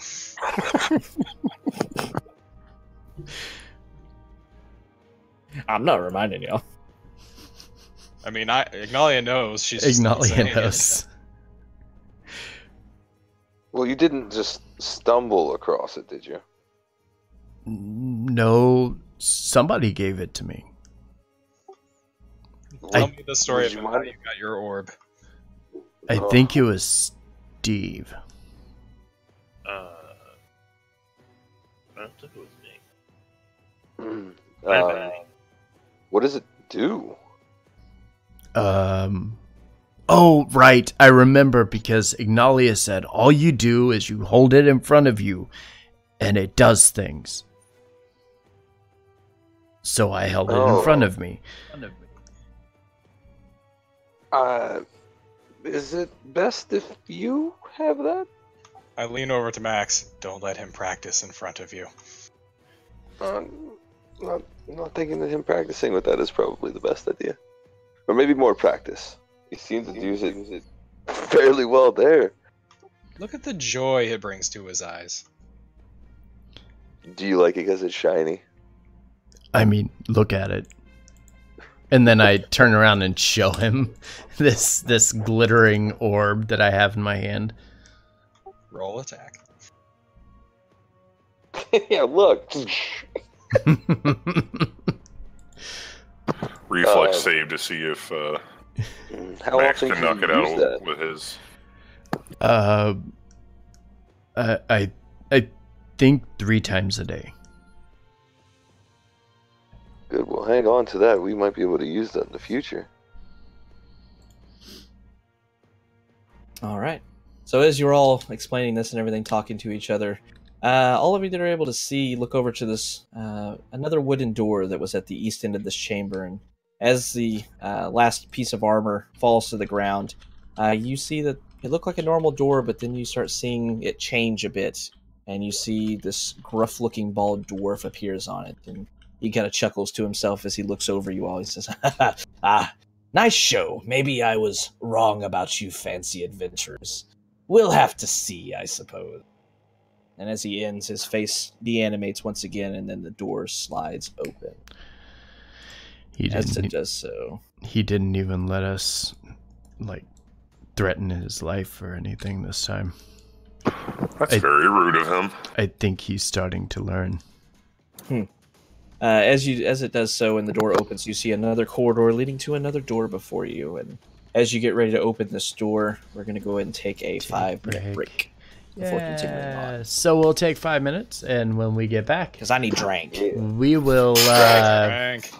we'll see if we can't finish out this weird little puzzle thing that we're dealing with. So don't go anywhere. We'll be right back.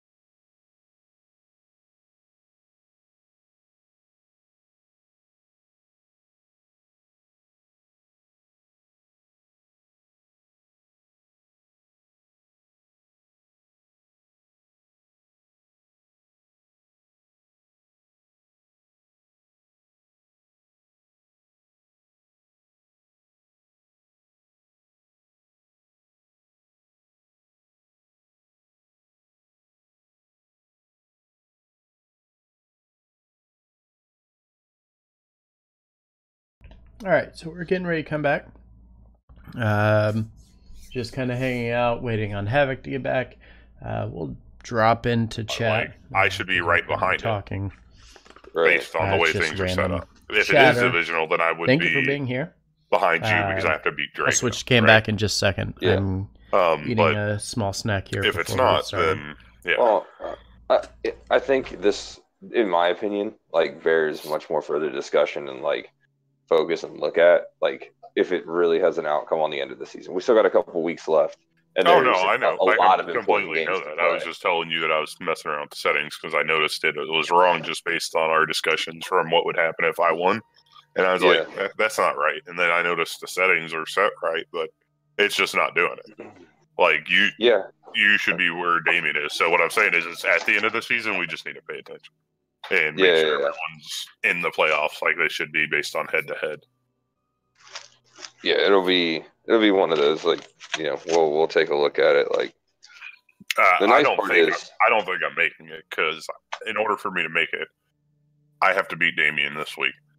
I need you to lose out, right? I need you to lose out to Robert, and then it depends on how these playoff settings are set up. But I may either need Robert to just completely lose out and you to beat him for me to get in, or the opposite is I need Robert to beat you and I need to beat Ruck. Thank you guys for being here. Glad that you're here. Glad that you're hanging out with us. We are going to continue through this dungeon, which I don't know how much more of it there is. Take a quick look. Possibly another room. Maybe more. So, yeah, thanks for being here. Hope you're enjoying. If you don't already do so, give us a follow. Be sure to come back Friday. We will have another D&D session, which is our Waterdeep Dragon Heist game. If you are interested in video games, I'll be streaming Fallout 76 tomorrow. And then Fate also streams Thursday night, 10:30, so you are welcome to tune in for that as well. He's currently playing Red Dead Redemption 2, so feel free to tune in for either one of those. But yeah, should be good to go here. Yeah, true. Is everybody back? I haven't heard Ruckus. I mean, think about that. How the turnaround. Jeff Fisher was perpetually 8-8. He steps away the very next year. How many games did they lose last year? 4? Yeah. Yeah. And then and now they're a one-loss team, looking like they're steamrolling everybody they get in front of, except the Saints. Which, I mean, that looks like the NFC Championship game right now. That end. Saints Rams, like, can't see any other reason why it wouldn't be. All right, I mean Chiefs, but Yeah. Oh, that's Chiefs. AFC. yeah, sorry, you weren't talking Super Bowl. Yeah, it looks like. I mean, the AFC looks more interesting with the Chargers, the Chiefs, the Patriots, and the Steelers. I don't think the Patriots are going to make it, honestly. I don't either. Let's see. I don't think the Chiefs are going to make it. I think they get knocked out by Phillip Rivers. Him by himself in a dark alleyway. All right. Also, just real quick, the orb, if they didn't tell you, the orb was something that was given to me while you were gone. It was something Ignalia, I think, found, if I'm not mistaken. Yeah, I recovered it. I think it was in that tomb. Mm-hmm. And it was given. It was given to me on the principle of, can you imagine how scary it would be to give Stone Skull something that he could shoot at people from range with? I like how I work on these like intricate plots and magic items that people have on you. Where you get it, Dad? I forget. Hey, it wasn't given to me originally. Yeah, but my notes section on them go away when I give it to someone else. Yeah, you found it on Varum's armor. He had it hidden inside one of the spikes while you were interrogating him on the way back from the Serpent Hills. Oh, right. Yep. Yeah. Alrighty. Oh, the big you can kill. Yep. So anyway, y'all make your way through this corridor, seeing another wooden door. You go ahead and push it open. Everybody give me perception checks. Except for Tara. Can I move into the room first? Sure. I want to move in just enough for everybody to get in. You said Rocks perception. fall on you. And Yay! yeah, perception. Do insight, really? All right, let's see. So as you're all moving into the room, at first glance, this room is empty. But then Stone Skull notices a large, intricate mural of a serpent painted on each of the side walls. The serpents are orange with white stripes running down their backs. Their tongues are extended as if they're trying to catch the scent of prey. Both heads are pointing towards the next door at the east part of the room. As you all start moving around looking at these serpents, inspections of the serpents show that there are 5 small tiles in each of the serpents along their body. The tiles begin at the tail and end at the tip of the tongue.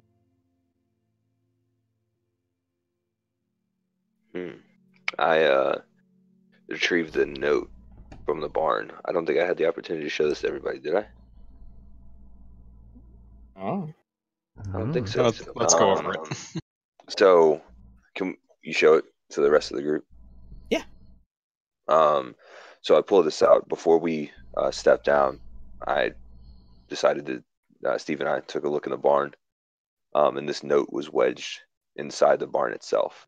Ignore the blood. That he must say it. That was the key for my thought in opening the first door, with the one emblazoned above its head. The serpent knows. Makes me believe that the next key lies with these serpents on the walls.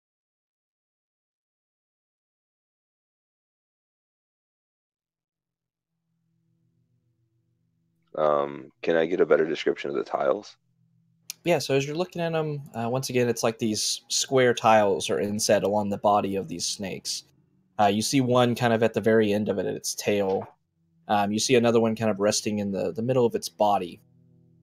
You see a third one at the kind of the base of the neck before its head kind of elongates out. Right where its nostrils are, you see another one. And then on the very tip of this tongue that's lashing out into the air, you see another tile.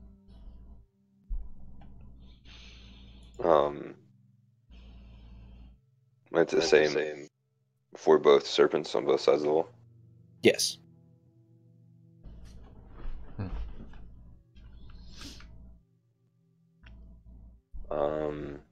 Rogar, can you tell if there's any ill will with these tiles, or how we might be able to use them? I can take a closer look at them. Okay. Where are you looking specifically? At the eyes. Start with the serpent on this side. See if there's anything unusual other than just being tiles in the serpent. Okay, so starting like at the tip of its tongue? Yeah. Okay. Give me an investigation check.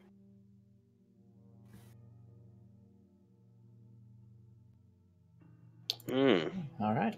As you're examining this tile, you see that it definitely seems like a plate that you're able to push into it. And as you're kind of examining along the seams, you see just a little bit of space between it, and it looks like you see nozzles laying inside the space on the edges of this tile.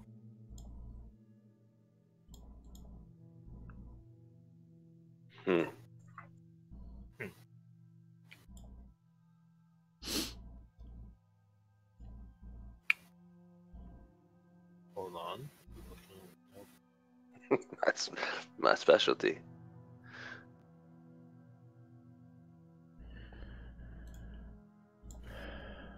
So what's going on? I'm sorry. Looks like there's nozzles behind this tile.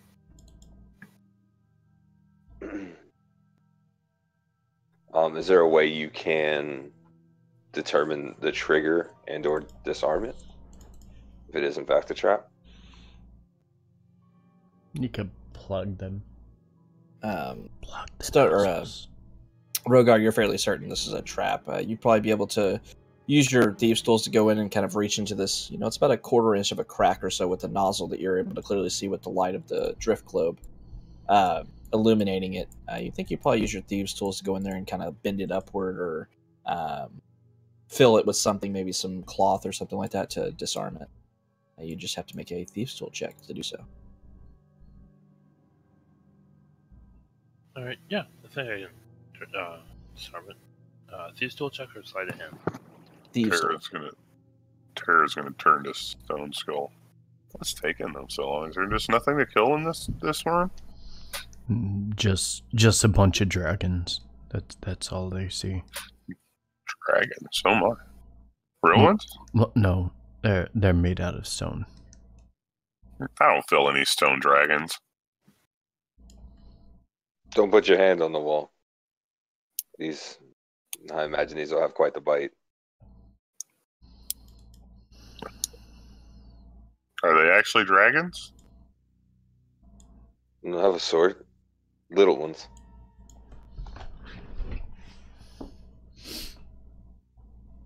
Hey, I feel like I'm being lied to. Avid, where did you say the 4th tile was? 1, 2, 3, 4. Kind of right above its nostrils, where you see those 2 little holes. All right, I'm just saying it says the serpent knows. Knows. That's all I'm saying. What is spelled? It is spelled, but I imagine the serpent, whatever tiles are not trapped, should be pressed in some sort of sequence.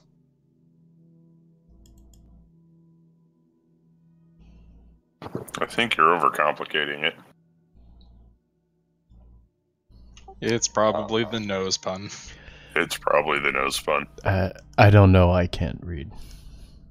I can't see it, but Well, he said that part out loud, Stone Skull. we just systematically check the tiles. If you want to. You attempting to disarm the one at the tip of the tongue? Yes. Okay. So with as you're all discussing and everything, Rogar continues with his work, pulling off some cloth out of his bag. He sticks it on the end of his tools, and he's able to see 2 nozzles, one on the left and right of this tile, beyond the seams of it. And he shoves these pieces of cloth inside the nozzles, filling them up. They're not very big, only about a 1/4 inch in diameter, but able to fill them, both of them up fairly well. Kind of confident that if anything was to come out of them, it would be handily stopped now.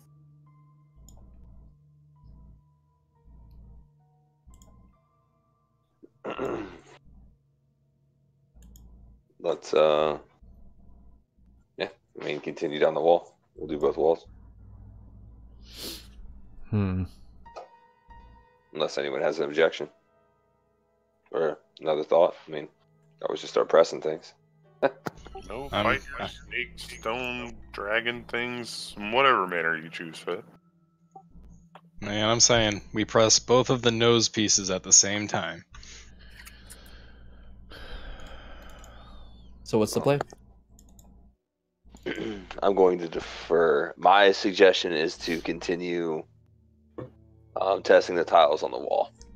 But you guys want to press it? I'm going to move out of the way. I'm going to look back at Ignalia and ask her to read to me what the note says.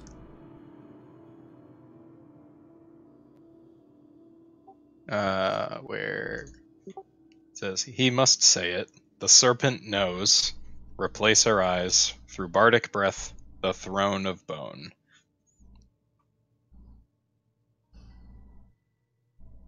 Replace her eyes? Whose eyes? Hers, of course. Hers, yeah.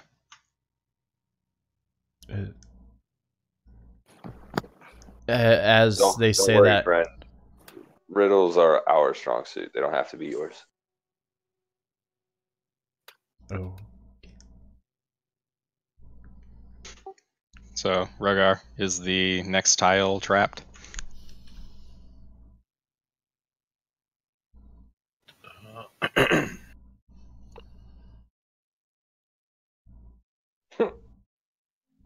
Nope.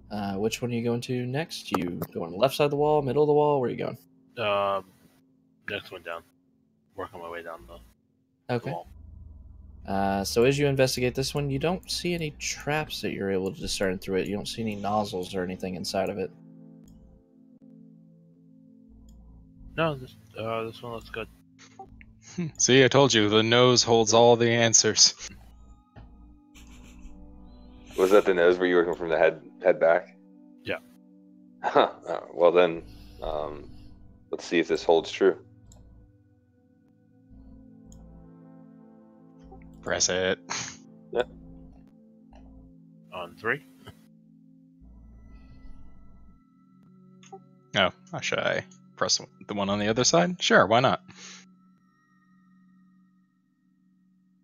And 3. You're pressing the plates. All right. So as you do so, both of you pressing in these plates, sitting on the nose of these serpents, they slide in just a few inches, and as you move your hands back, they stay. Both of you hear audible clicks. I fucking win. Man. Tara, as you're standing there, you hear a kind of groaning sound of wood moving, and the dwarf's face that all of the rest of you are able to see now appears in the door to the east. And as he looks around, this once gruff voice comes out again. Yeah, I didn't. I'm just gonna interrupt him. Stone Skull said he wants to kill you. With that, the dwarf kind of chuckles again. He's welcome to try. He's pretty good at it. I wouldn't tell him that.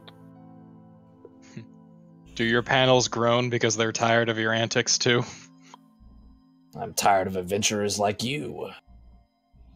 Let us be on with this place. Aye, yes, let's. Come on, you darn ninnies, let's keep moving. And with that, his face resolves itself stoically, and the door opens. As you move into this room, you see a different sight before you. You see a smaller chamber, much like the one that you first entered into. And in the middle of it is a well of some sort, squared off. And as you peek over the edge of it, you see darkness lies below it.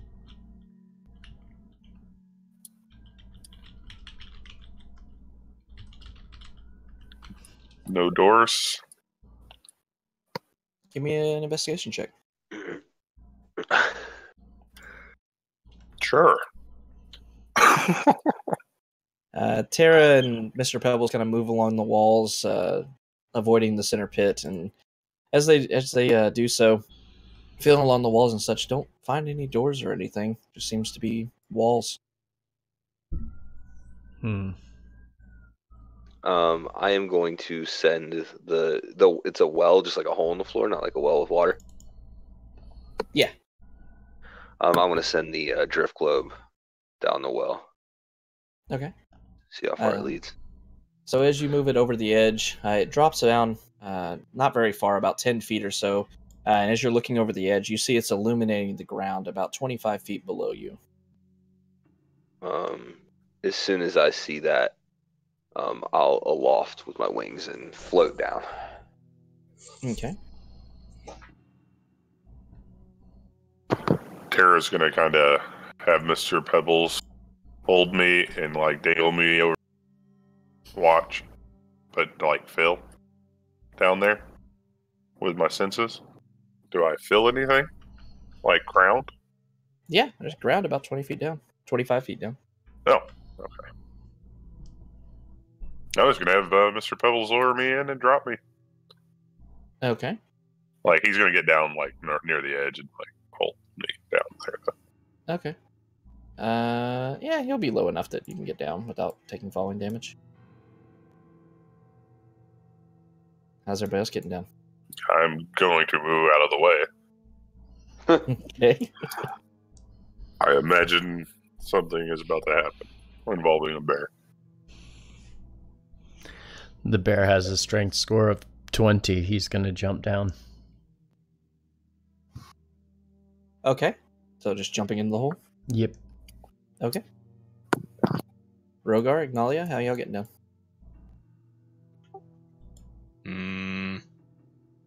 Wait, there's ground 25 feet down, right? Correct. And is it the same 10 by 10 foot amount of space? From what you can tell, yeah. Then I'm staying up here. Okay. Rogar? Who is muted? He's muted. I'm also going to stay up here with Ignalia.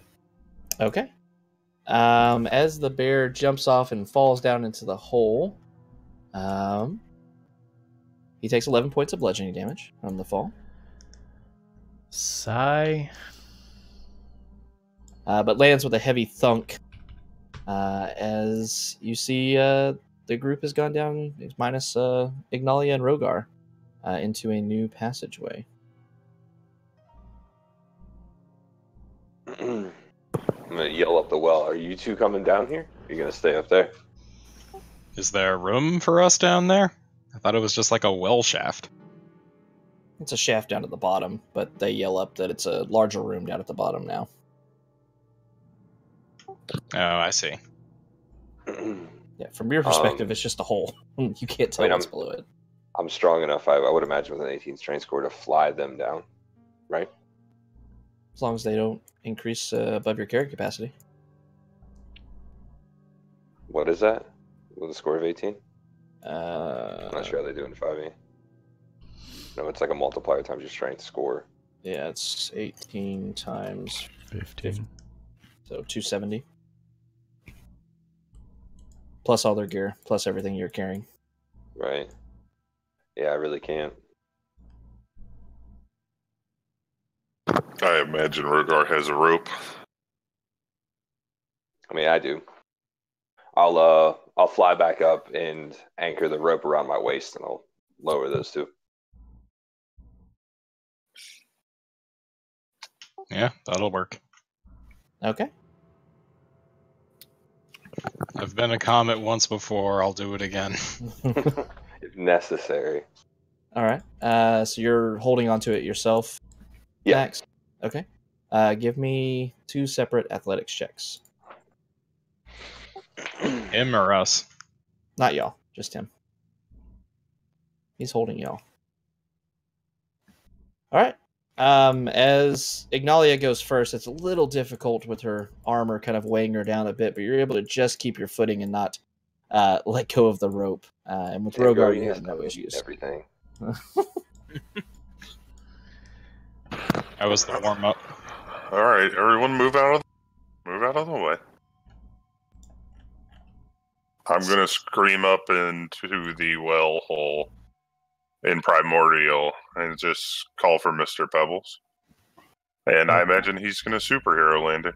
Okay. Mr. Pebbles careens down as the rest of you have found yourself down in this chamber, and with a heavy thunk and some dust flying up from the impact, you find him standing in the middle of the room now, with everybody else out of the way. And you find yourself in a new chamber.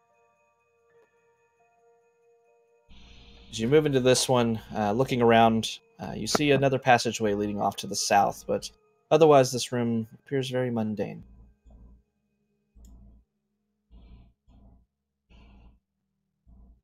Onwards. Let's continue forward, yeah. You see another wooden door before you. Growl, growl, growl. Is your bear okay, Stone Skull? He seems kind of angry. Lots of wood wasted on these stupid doors. They are kind of out of place. Opening the door and going in? Yeah. Okay. As you open this door, 3 large, grotesque creatures stand swaying in the center of this room. Their heads are down, and they appear to not notice you. The bodies are covered in stitched patchwork pieces of flesh, and on one of them, the leg is shorter and darker than the others. Slowly, the creatures raise their heads, look at you, and begin to limp towards you. Roll for initiative.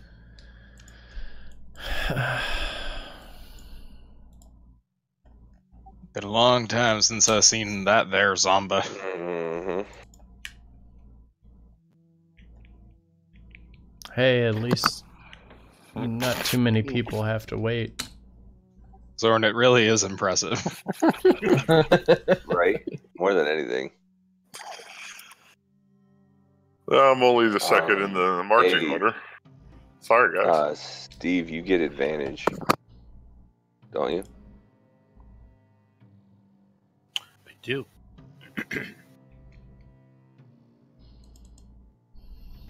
Is it from partial cover from all this junk in front of you? It's sword, right? Now I can turn that back on. I had it on and then immediately gave it light. Alrighty. So, as you all see these creatures before you, them beginning to lumber towards you, Max, you're the first to react.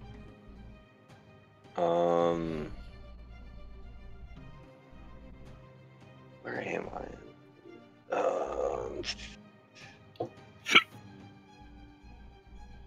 I am going to cast Bless again.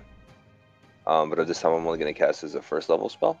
Okay. And I am going to target Ignalia, Stone Skull, and Rogar. Or, I'm sorry, Ignalia, Stone Skull, and Terra. All right. And then I'm going to give a point of inspiration to Stone Skull. All the things. Okay. And there we go. All right. my So turn. this tune once again coming out, very familiar to you all now, as he blesses some of the party as well as gives Stone Skull inspiration. This guy is going to lumber forward, getting about here before he stops. Stone Skull. Okay. As you move forward, this one's held attack will now be going out towards you. Okay. It's going to hit you twice. Okay. 16 and 15, I believe, both miss. Both miss. All right. Okay, continue on. Okay. The one that swiped at me has my attention, so I'm going to swipe back at him. No swiping. Swiper, no swiping. 20. The lowest. Yep, both hit. Okay. That's 30, 47. On the one here, I guess, is the one that held its action. Yeah, the one to the northeast.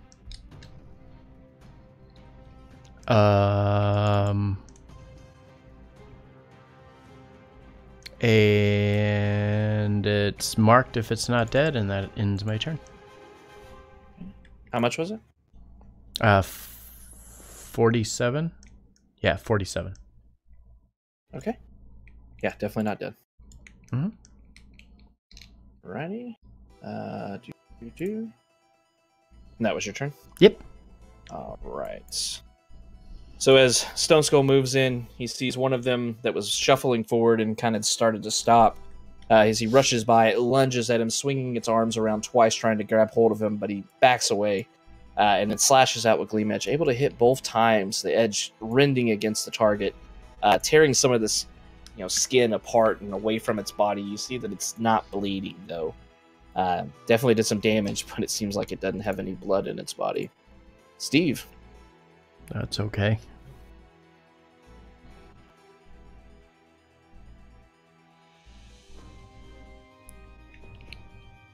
You're muted. Yep, I am. No, not muted. No, you're not. I stopped eating. Move up next to Stone Skull. Okay. And stab away. 29 hits. Kill Stealer.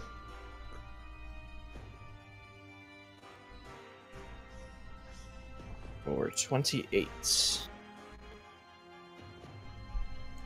Okay. Disengage.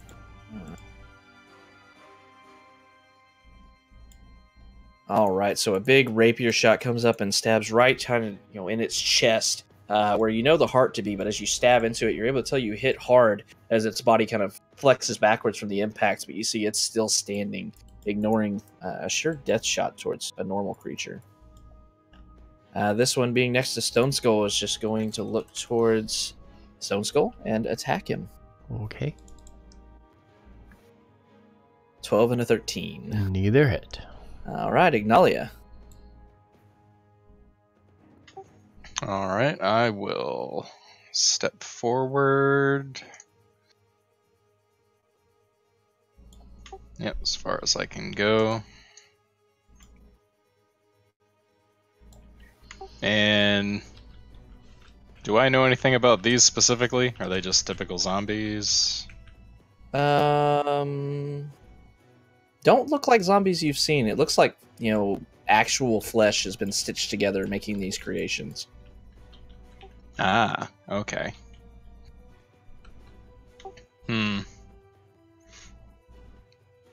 Well, I will launch a firebolt at this one back here. Okay. Does an 18 hit? It does. Fantastic.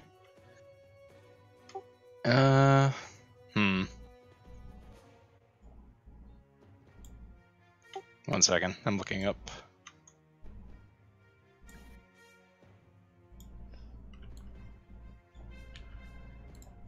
Okay. I don't see it here. What is the... Do you know what the casting time for Divine Sense is? 1 action? Mm-hmm. Probably. I'm just checking. It is. Okay, then yeah, that's it for me. Okay. Yeah, it's an action.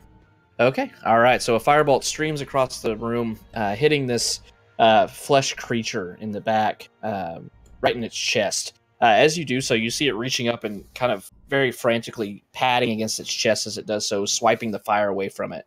And it kind of looks a bit frantically towards Ignalia. And it moves forward directly towards her. And it will surprise twice. Well, the first one will hit. It misses both its attacks. Mm-hmm. You see it still looking down at its chest, staring at where you hit it with fire. Oh. Man. Fire gives it disadvantage on attacks. That sucks. All right, so it misses both its attacks. Tara. Yay. Tara is to with Mr. Pebbles. So, hold on, let me count that out.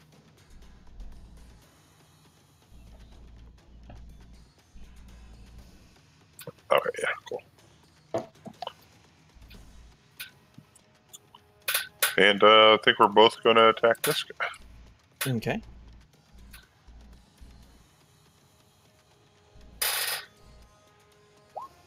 Oh, dude, that's twice. Oof. Ouch. Give me a dex check. Cool. So as you bring this silver maul over your head, bringing it down, as this thing is lunging towards Ignalia, missing both its attacks, it unfortunately gets just out of the way, and you slam the silver maul that you're not quite used to using quite yet in the ground, and the reverberations cause you to drop it on the floor in front of you. And Mr. Pebbles is going to try and attack him as well. And he will hit both times. Nice. It's not even hard. AC. Just gotta, not crit fail. Not ill, yeah. So your weapon is now at your feet. You will have to pick it back up to use it. But both of Mr. Pebbles' attacks land very solidly. Dealing a good chunk of damage to this thing, but it is still coming. Max. I am going to move into the room. Actually be able to see what the hell it is I'm looking at. 30 feet, huh? I am going to use.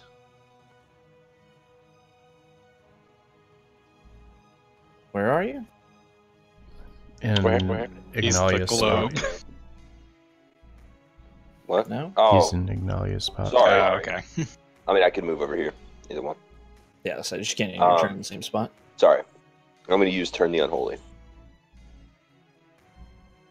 Ooh. Okay. Any fiend or undead within 30 feet, I can see you make a wisdom saving throw. All right. It's turn for 1 minute. So as you do so, beginning to chant to Bahamut, right? Correct. Yeah. Calling in for aid in this battle. Your words ring true outwards, and then nothing happens.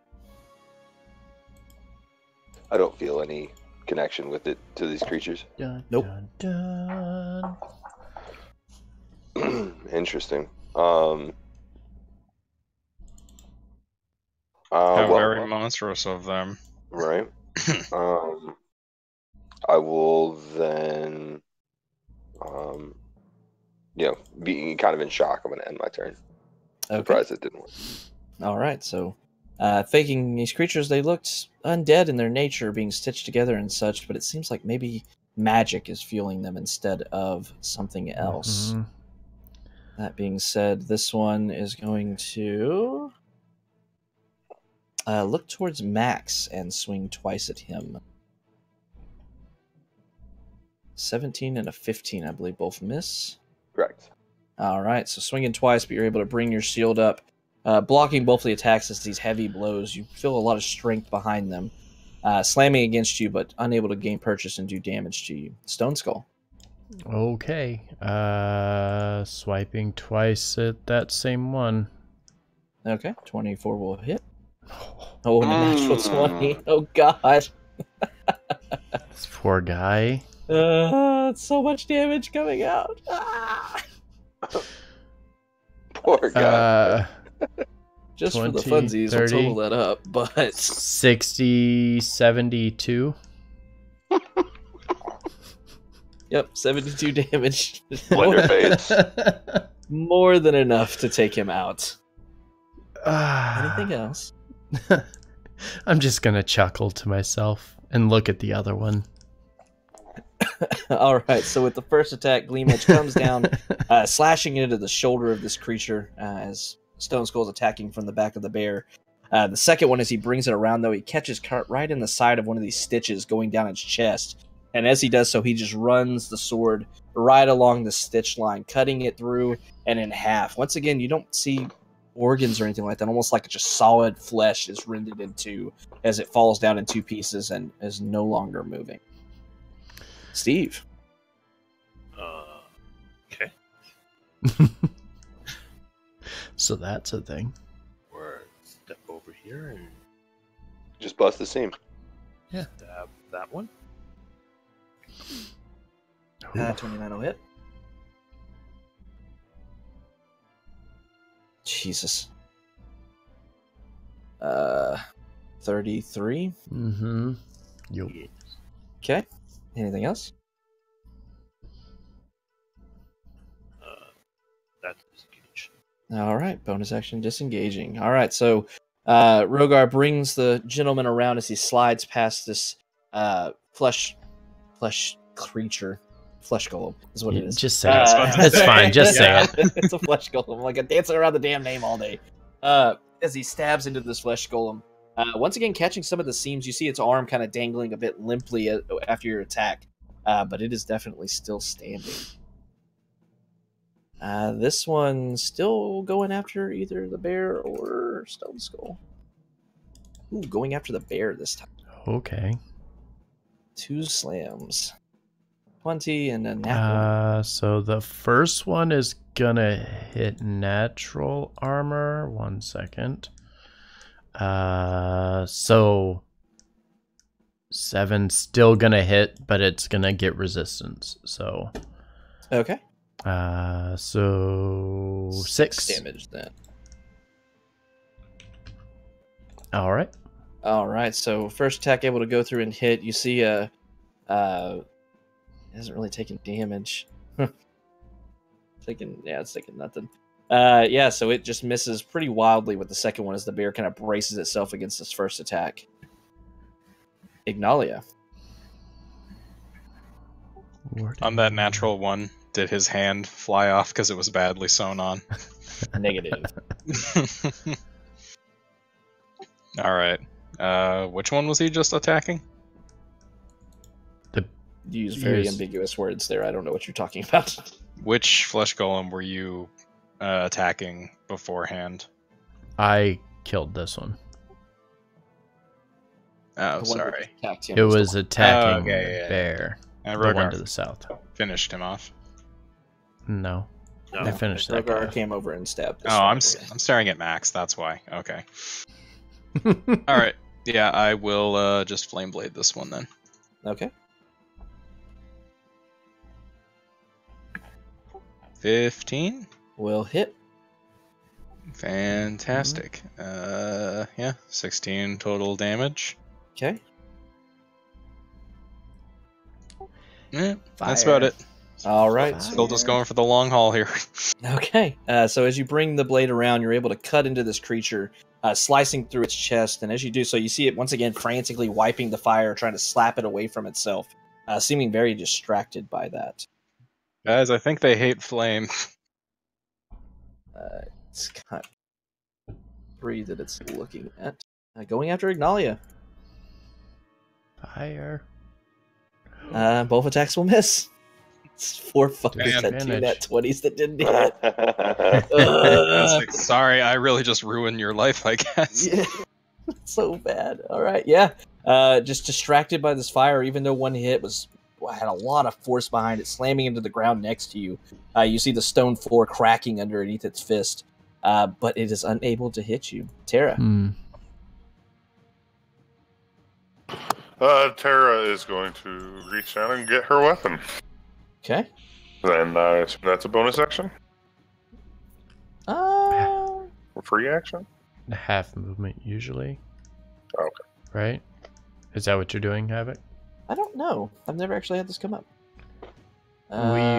We used half action in Ascension, our Sunday game.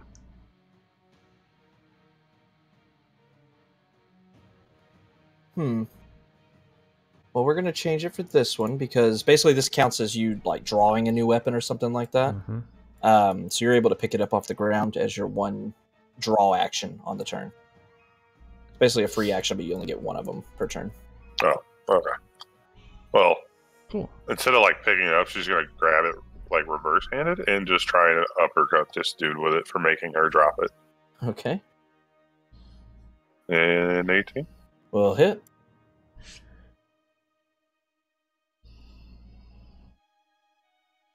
For 16. I don't know what that 2 is for. Oh, the 30. For the nat 20, yeah.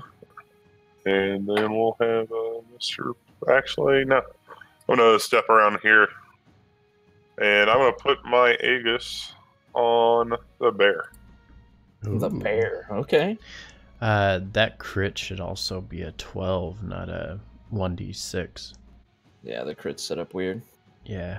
Hey, you did it. Did I? Yeah, remember we talked about this? Oh. And you're like, oh, I'll set it up. Oh. Well, I'm a failure as a DM. I'm sorry.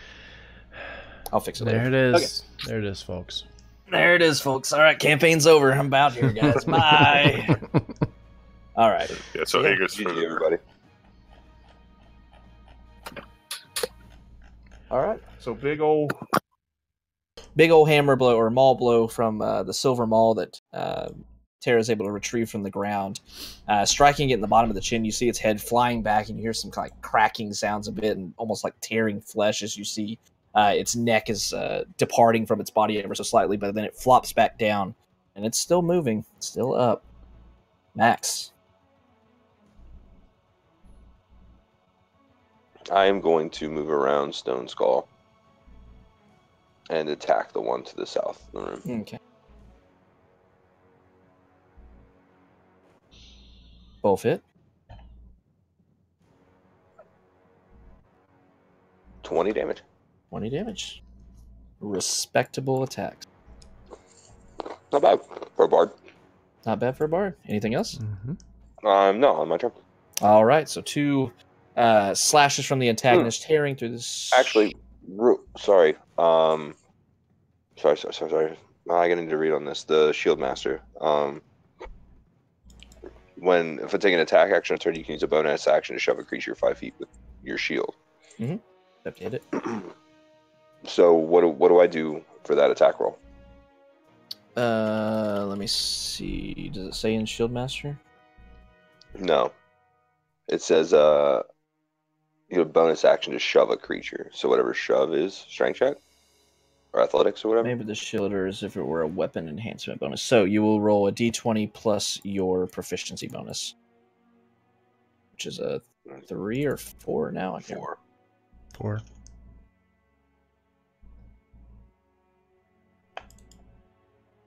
Hmm. 9 will hit. Nice. So I want to push him 5 feet to the south, to this square, because that should provoke an attack of opportunity, right?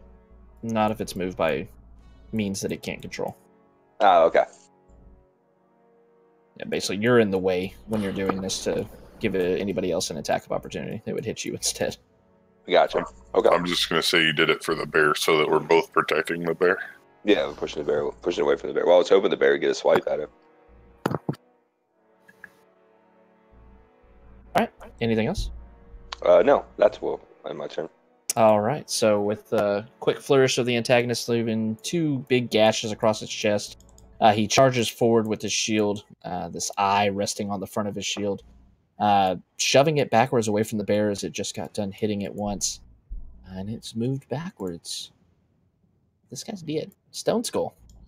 Going to turn to the one to the west and swipe twice. Oh, God. Oof.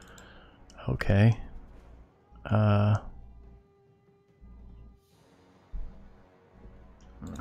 Silly, that's still a 14 on crit fail. Right? 40. 40. All right. So as you swing around, the bear kind of stumbles a bit underneath you, and you miss your attack, and you kind of see the bear's moving a little bit erratically. You'll have disadvantage on your next attack roll against the target. Okay.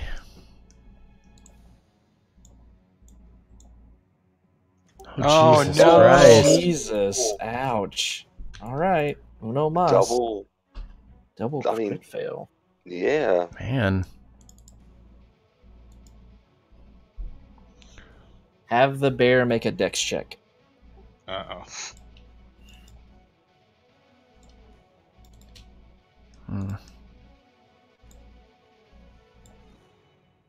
Yeah.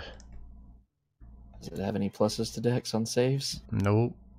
Oh, it's a check anyway. It doesn't matter. Alrighty, so as it's stumbling around from the blow, kind of moving haphazardly, it's not used to being attacked like this and not really having free reign of its movements. It stumbles over its own feet and falls prone.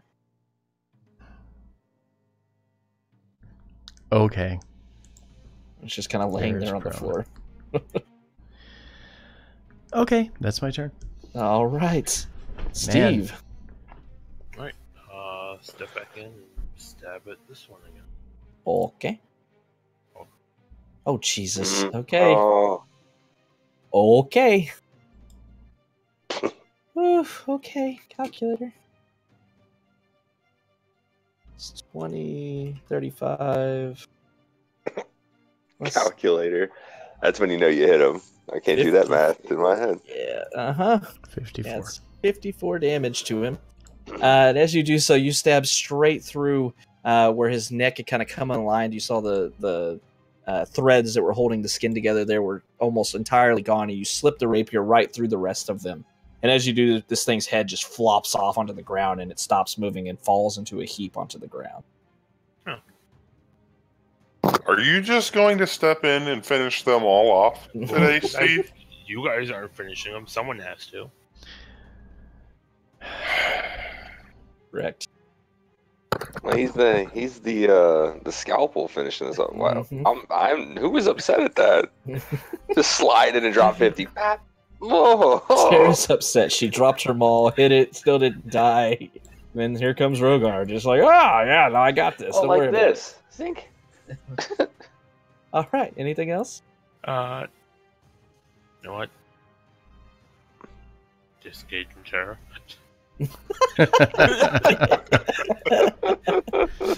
Tara's now hostile towards you. All right. So with a The surgical circle around her strike, name just turned red. this guy, kind of annoyed at that, is going to step around towards Max and bring its ire towards him. 15 and a 10.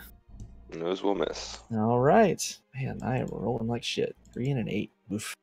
All right. Ignalia.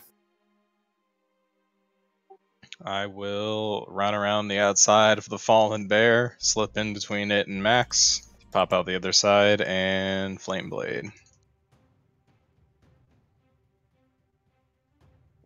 22. That's a hit. All right. And then I just kind of wave the... I'm not doing it very wholeheartedly. I'm just kind of waving the flaming sword because I know it's going to get its attention.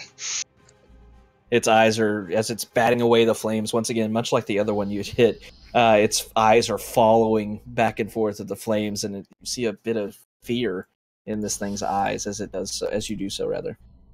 Kind of do a red cape Toro maneuver. It's like shying away from your sword. Tara. I'm gonna come over here and then take a swing at it.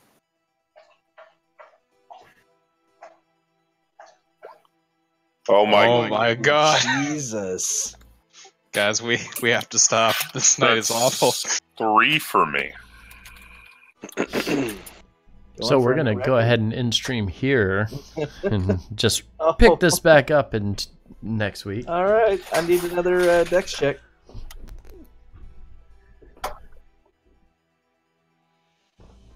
This is eerily similar to the last time. This is eerily similar as once again you hit the ground, your maul shaking itself out of your hands, and you drop it on the floor. Ouch. As a bonus action, can I kick this thing in the shin? You can make it an unarmed attack if you want to. Hold on. Come on, Mr. Bevels. No, come on, Mr. Bevels. Get over here and do my work for me. Both hit.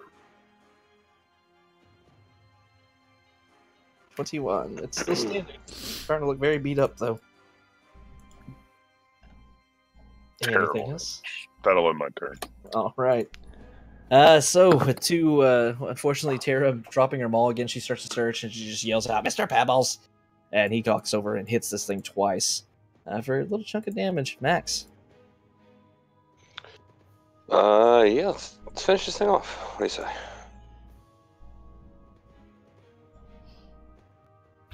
Mm-hmm. 18. All right, still standing. Very weak. And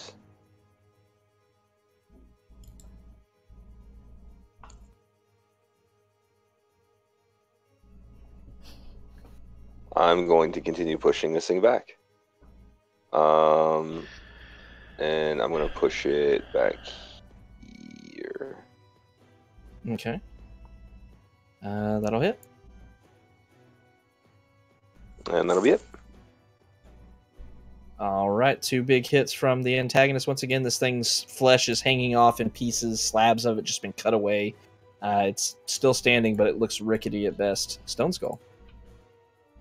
Okay. Half movement to stand up and then moves over there. Okay. And then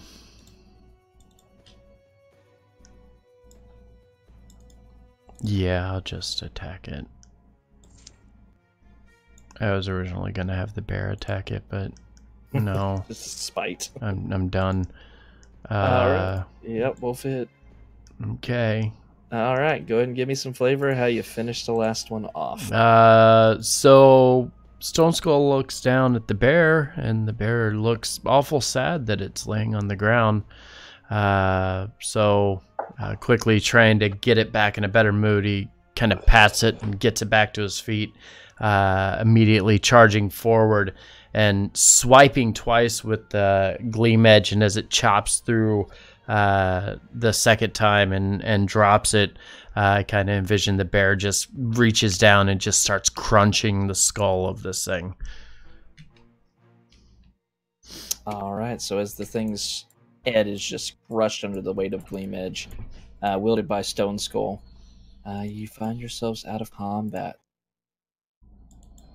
Much the same as happened before, you see another wooden door down below you, and you see this face materializing upon it. I kill this The stupid dwarf door. once again speaks. Ah, well done. Perhaps you aren't as sad a group as I first thought.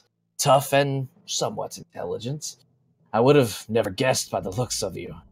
I'll make a deal with you. Make it through this next room, and I'll tell you where you can find my magical hammer. And with that, his face dematerializes and the door swings open. Dibs on the hammer. I bet it's in the next room. Hey, that would be perfect, wouldn't it?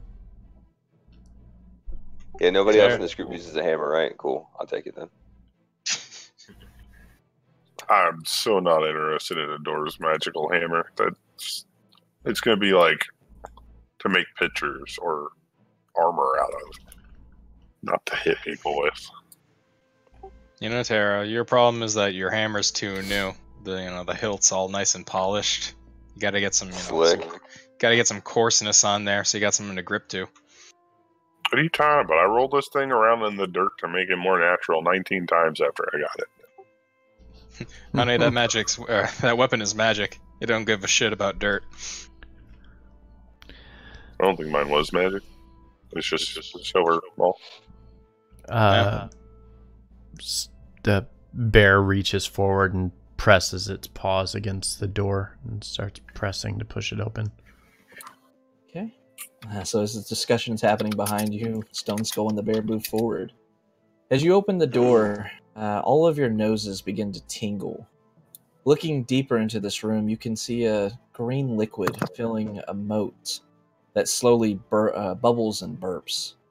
The moat is 20 feet wide and obstructs your way to the next door. In front of you, there are 3 pedestals. Each pedestal is about 5 foot wide and extends upward about 3 feet.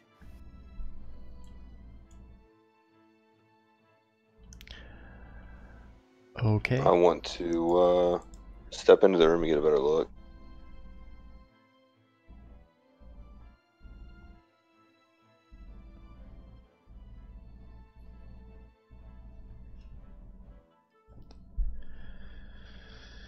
I'm going to send the globe out over the pool and illuminate the room better. Okay. As you do so, you start seeing a little bit better. Seeing this liquid, it's just bubbling. You see whiffs of smoke bubbling up it.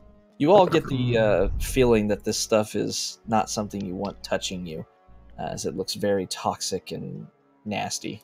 I think Mr. Pebbles could throw me across. Good try. You said we see 3 pedestals? Mm-hmm. Yeah, Can we examine this further? Sure. As you look at these pedestals, you see all 3 of them have what appears to be kind of a rectangular plate that rises up, somewhat similar to the ones you found in the serpent room. They rise up and they obviously look like they can be depressed. I didn't know that buttons could have emotions. How tall is the room? The biggest room? The room is 20 feet high. Okay. I'm going to take flight and jump to the other side. As you get above the moat, your wings suddenly grow weak and you fall into the pool. Make a con save for me. If you put poop water in here, just because I killed you in it. As you fall into this, you clearly are able to tell that this is acid as it burns into your skin and scales. And as you scramble out, you take 16 acid damage. Even with the save? I didn't save with 21. No, you saved. Definitely fought off the brunt of it. Jesus. So, He just didn't roll a couple more dice. uh, I mean, I could have rolled the fool if you want me to. let's do the math. I'm gonna scramble to get, onto land again, and away from it, and start, patting it off. I will help with that. And you see is none of the armor is really burned through or anything, but it definitely started eating away at some of the leather and cloth on his body. Not enough to cause any permanent damage, but any longer in there might have caused some issues. You know, it sounds like Lay on you're hands lacking is momentum. 5. No, my wings can't carry me over that. Lay on hands is 5 times paladin level, right? Correct. Yep. Okay. I'm going to imbue, positive energy and use all of that on myself. Okay.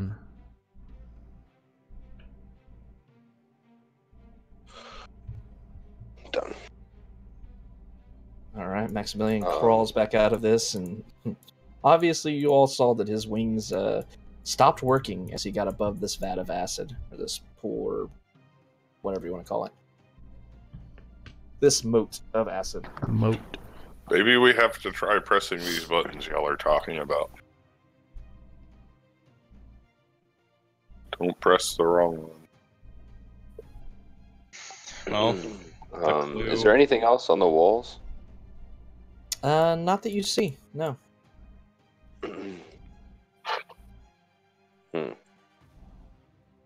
Replace her eyes.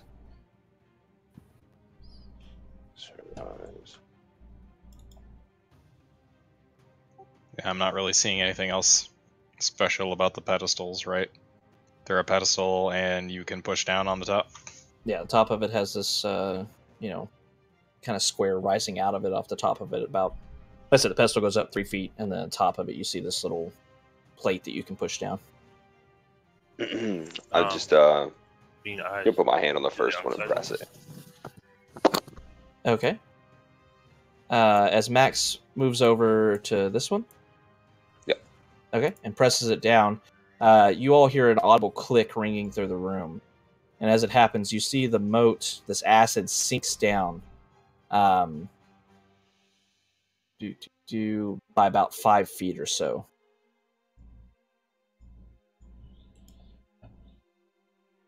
And that's all we noticed. Did the button depress as it stayed down? Yeah, your hand's still on it. Okay.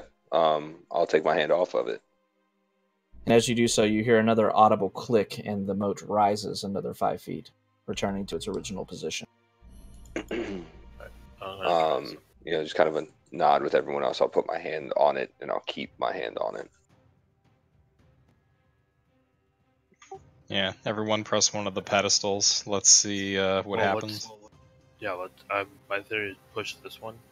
Eyes. If it's eyes, the 2 outside ones, and the middle one might be the nose. Yeah. Okay. So Steve Good pushing luck. down the right one?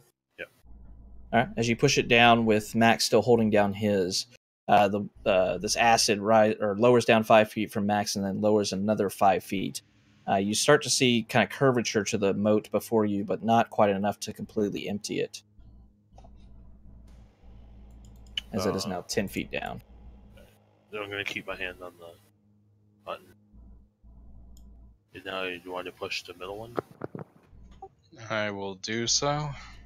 All right. So as you depress the middle one, another audible click rings out through the room, and the moat descends all the way down. Now you see vents on the left and right, about 10 feet wide or so, of these bars hanging down where the acid is being drained out. And as all 3 of you are holding it down, the moat completely clears of acid.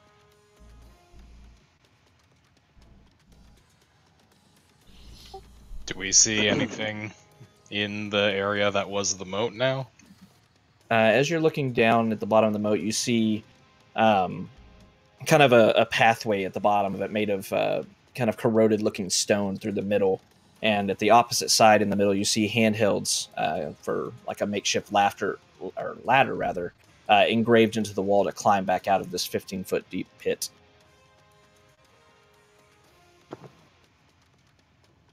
Are y'all done pressing the buttons? Can we go?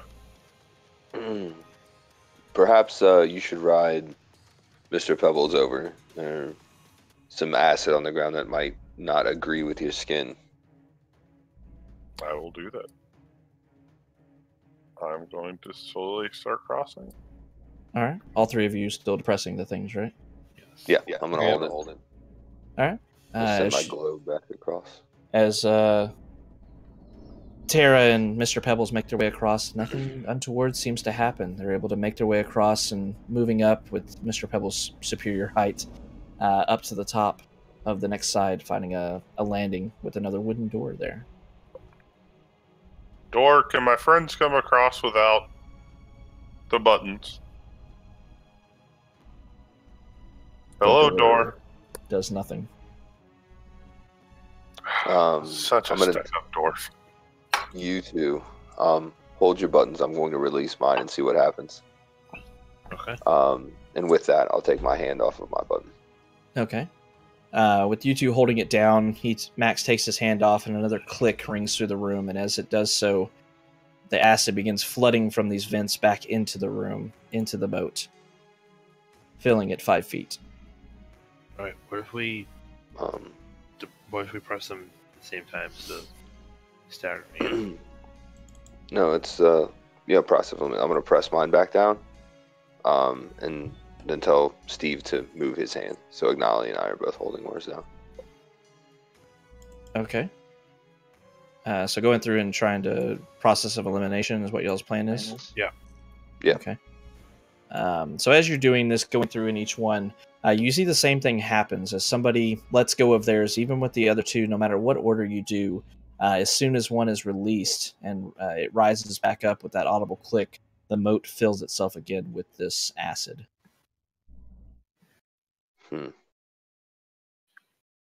Just put a rock on the button. Rocks fix everything. I don't think I have any rocks on me. With that, like, as he says that, I'm just going to sling an earth bolt across it at the wall behind him. Okay. It embeds itself in the wall.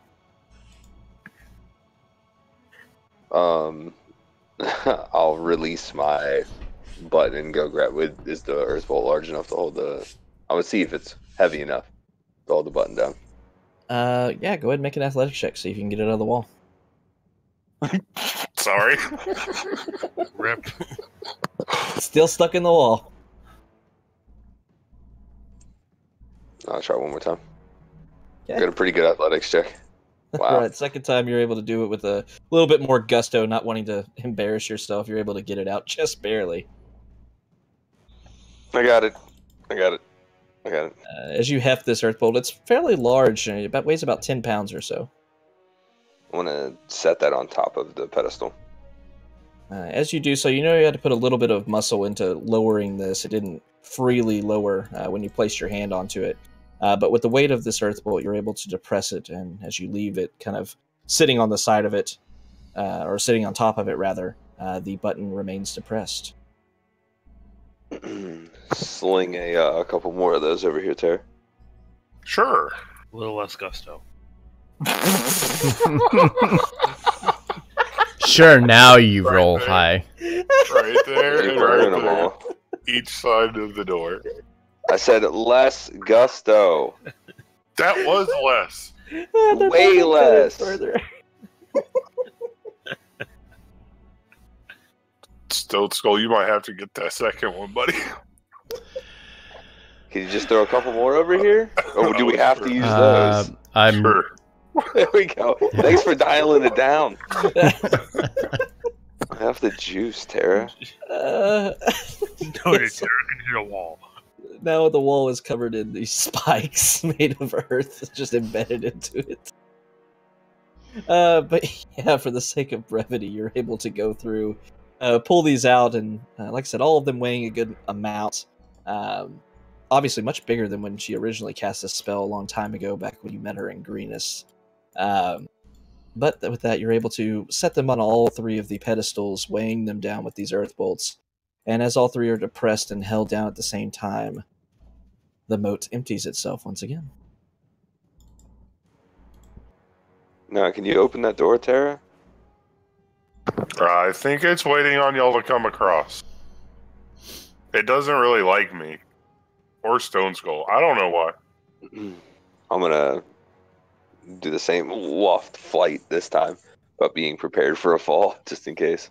Okay. As you get across this time, you notice that your wings work as they're supposed to.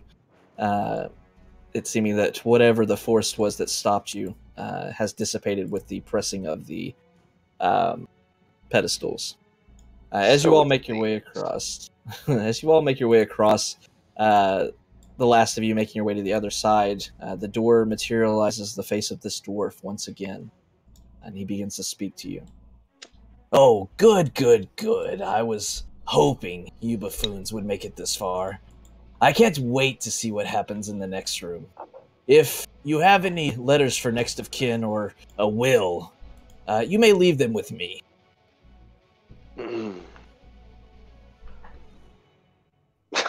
Will you fulfill our wills to the best of your ability? Probably not. I don't like dwarves. Then why would you even ask? Just open up already. See? This is what I'm talking about with little people. He's just mad because he's shorter than I am. So with a chuckle, the door swings open again. Dwarves. Hey guys, if we were replacing her eyes, why did she have 3 of them? Maybe As that will- Ignalia says this, as you move into the next room, you start to get maybe an answer to that question. Called it. As you move into the next room, a chest overflowing with gemstones and coins of platinum, gold, and silver sits in the center of this room. Directly behind the chest, standing tall, with her neck stretched to the ceiling, is a large gray stone statue of a dragon. We don't see anything. Oh, well, you gotta open the door first. Yeah. And as you look upon this dragon, you see that it's very elegantly made. It almost looks lifelike in its construction.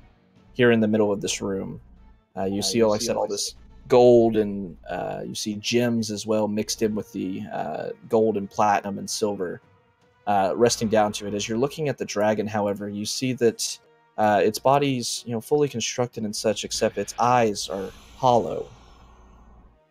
And you wonder what maybe that could mean. But that is where we're going to end the session for the evening. What? Yeah, I didn't see that one coming at all. Nope. I figure we could fight that thing, whatever it is, in 30 minutes. Oh, if you only knew. Okay, I'll be right back.